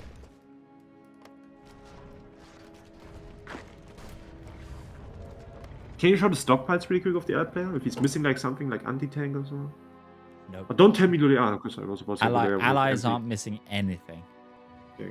That's interesting. He should maybe try and get a few more units. Axis aren't missing anything either. Hmm. Axis 981 now that is just not being used as well because of that. Like that, this is the power of the Hungarian Romanian final. Right, yeah, right. You're right. Because it just Okay, so much free IC there. Yeah. He's unfortunately not using it. Well, he doesn't need to use the 80. Oh, there's a naval but battle there. Can you check that? Yeah, sure. Because I think that's a show bombardment fleet being attacked by U-boats or something like that, right? I think it is. I can't. I mean, I can't see anything. Hungary lost 2 destroyers. Can you open the naval battle again? I want to make a screenshot so I can show you how it looks. Wait a second. I will make one. Oh, okay, wait, it didn't work. Okay, now wait. Okay, now it's better again. You can close it again. But Hungary's making a good counterattack here. They're now 1 tile from Lulia again. Oh. I need to be back onto that. All he needs to do is just get planning bonus and just force attackers as in there once, and then There's he a might be big lucky. gap in the Allied line. Look at this. I'm not sure though if the Alex player can actually push there because the supply will be a bit. There's a supply hub right here. Yeah. Oh yeah. Okay.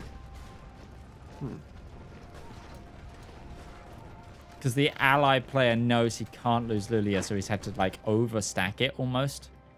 Yeah. But if it gets encircled, oh boy.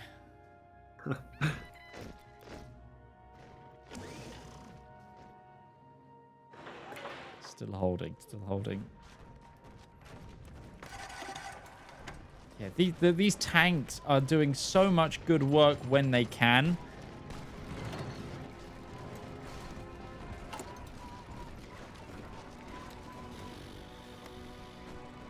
It's a back and forth. It's such a back and forth. There's like, let's take a look at the casualties. 441 for the Allies, 360 for the Axis. You know what? This game's probably going to go on so long. Like, resistance to occupation is going to be a really Yeah, I mean, if the resistance takes above 60, the people start taking attrition on all the units in the tiles, right? So yeah, that's interesting. That might start to be a factor. Is Stockholm well garrisoned? Stockholm is garrisoned, not well garrisoned. You know what you guys should do? Since everybody just turns off like the garrison like template, you know, anyway, you should just make it the states colonial states after you take them. You know, so like basically you don't have to garrison it because it's just like an empty colonial state. Yeah. Leonard probably knows what I'm. Or some I don't know who else is working on the mod, but they probably know what I mean. Because everybody who plays turns off the garrisons anyway, like completely, you know, like there's no garrisoning at all. So that would make the most sense. Axis could have last stand and won that. Yes, they do have enough command power for it. Because remember, last stand is triple the cost in this mod. Oh. But yeah, they could have last stand Lulia earlier and won. You know, it's just like the sleepy micro again. But he's pushing on the north there, and there's no units on the 2 tiles behind the rivers there. If he can push there, could be dangerous again. The Axis, so the Allies just sabotaged the resources. I think that's because of the resistance. At a certain level, the okay. resistance. I thought it was. Because Like I don't think Marine. he does he have flame tanks in the Marines? He does. Yeah, okay, that's pretty good. You need to have that, especially like when there's like every single tile is a forest. It's really, really important. Yeah, I would say though with the Allies, there's like 100 special forces cap that's not being used. Changing some of these other templates, some of these standard infantry templates to be rangers, that will make this hold so much cleaner. Yeah. We could make all of them rangers actually, so he doesn't really have to cross much rivers anymore. Correct. And Oh, God. remember how much extra attack the rangers get there in the forest. They end up getting like plus. I mean, I don't know how it is because he only has one ranger general, right? He doesn't have two. Yeah. But he still gets like 20, maybe 30% more attack there. So, and also extra defense, not just attack. Could be big. Could be big. How much damage is the cast doing? That's another thing. I don't think it does too much, right? Because yeah, it's not great. Player has AA. Yeah. Oh, although that ticks all right. How much is it? I can't see the numbers. It said 15 by the end of it. Oh, okay. I mean that's decent. That's decent. Yeah. It was floating around 6 for most of the battle, but right at the end it ticked to about 15. No. I mean, I think the cast was also the biggest reason why he took Lulela so quickly, because the that was the tanks first don't time have it much went orc. up as well. Yeah. The tanks don't have much orc, and when the cast hits them with like 10 orc damage or something, the tank loses half its organization, and then it just gets memed out, as we saw there. Like the cavalry didn't manage to reinforce in time, and then because both the tanks just got completely nuked. More naval battles going on.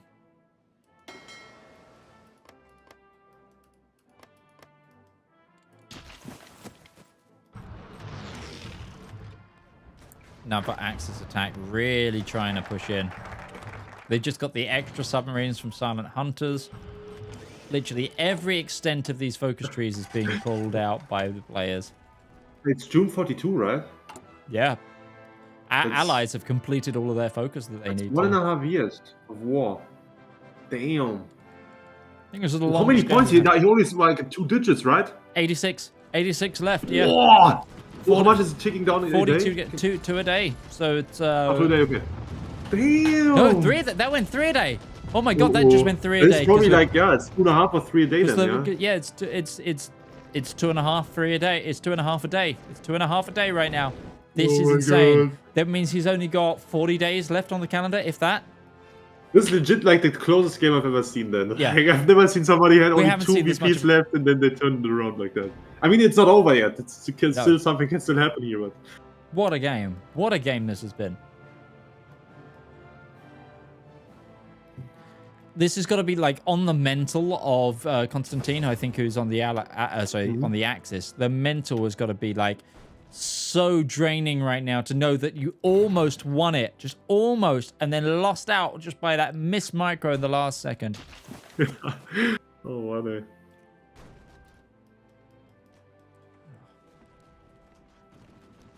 But Constantine is a professional. He can take that. He will come back next time, and then it won't happen to him again. Maybe.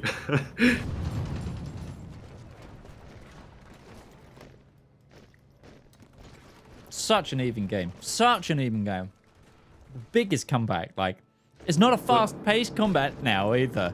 Like, but that intense battle over Lulia, it was like by the skin of Silas's teeth. We were like, he doesn't have enough time. He doesn't have enough time. And then it happened. Like, my God, it went down to 4. And then he got pushed out again. And he took it back with 2.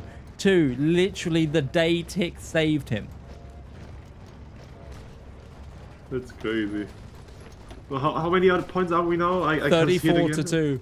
34 to 2. Literally, we've got 10 days left, pretty much. 11 days left. And the Allies are advancing out. This is going to be over for the Axis. The Allies know that they just need to put more gap between Lulia and... Oh, wait, the counter attack might meme it a little bit. But yeah, no, with the river crossing... just too good. 19 VPs to 2 now. 19 VPs to 2. This game is going to end probably with 2-0 or 0-2. That's how close this game has been. Both of these players had 500 life points each at the beginning of this.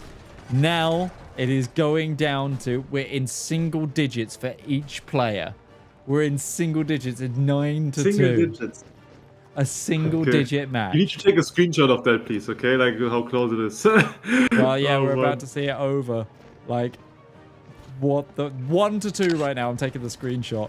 I'm taking the screenshot because it's got to be game. But there we have it. The closest CIC game I have ever seen. Good I mean, it can't game. get closer than that, actually. It physically can't get closer than that. It physically could not get closer than that. Ridiculous.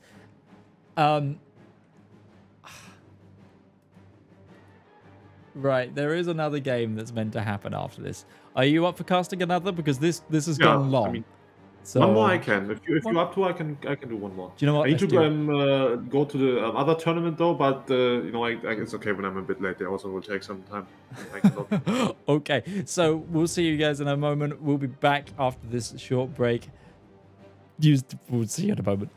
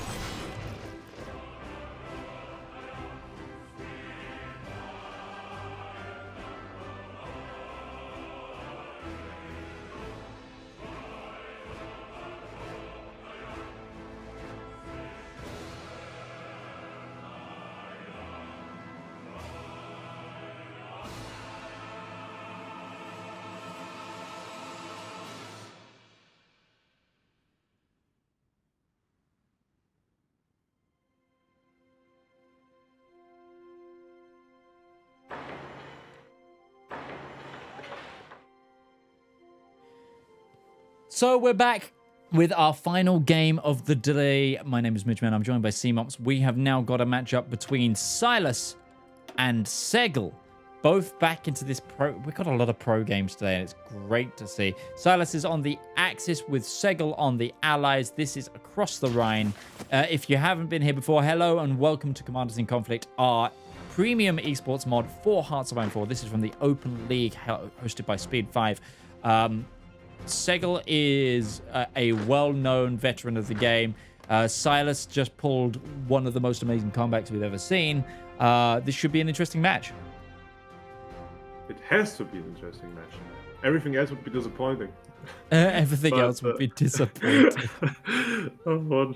This is going to be crazy. Yeah, absolutely. And so we've got both views again now. We're hoping that CMOPS doesn't lag this down. But yeah, it's lagging again like earlier for me here, but hopefully it's not going to be that severe. So I have to leave again.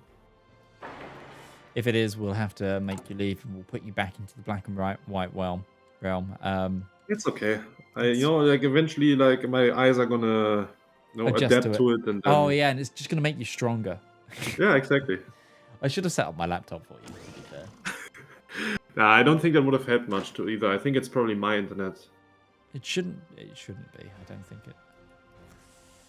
Either way, I'm excited for this matchup. Like, I don't know what we're going to see from Segel. This is the main thing. We've now seen Silas play a couple of times. We've seen some excellent plays from Silas a couple of times now. And now, yeah, we've got Segel, who's a veteran of this league. He's building transport planes.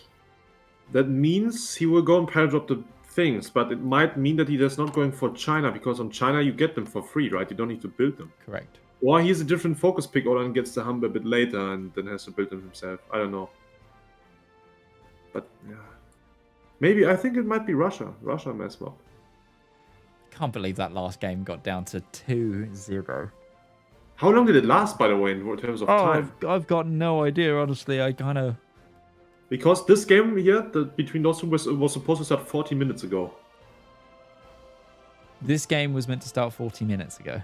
Yeah, like the first Segel versus what was his name again? Silas match. You're right. Because I was looking at this and I didn't convert the time in my head. Wow. So that last match was long. I mean, unless the time you're using is not the normal European. Oh, Silas has to go. Segel just wrote. Oh, really? I can't join the channel because there's too many people in it. It's the limit, 5 of 5. I don't know. Wait, I'll kick one of them. Okay. Are we going to be... I mean, if not, I don't know. It's also okay for you. Go down. I disconnected. Okay. Oh, we might be having some a technical thing here.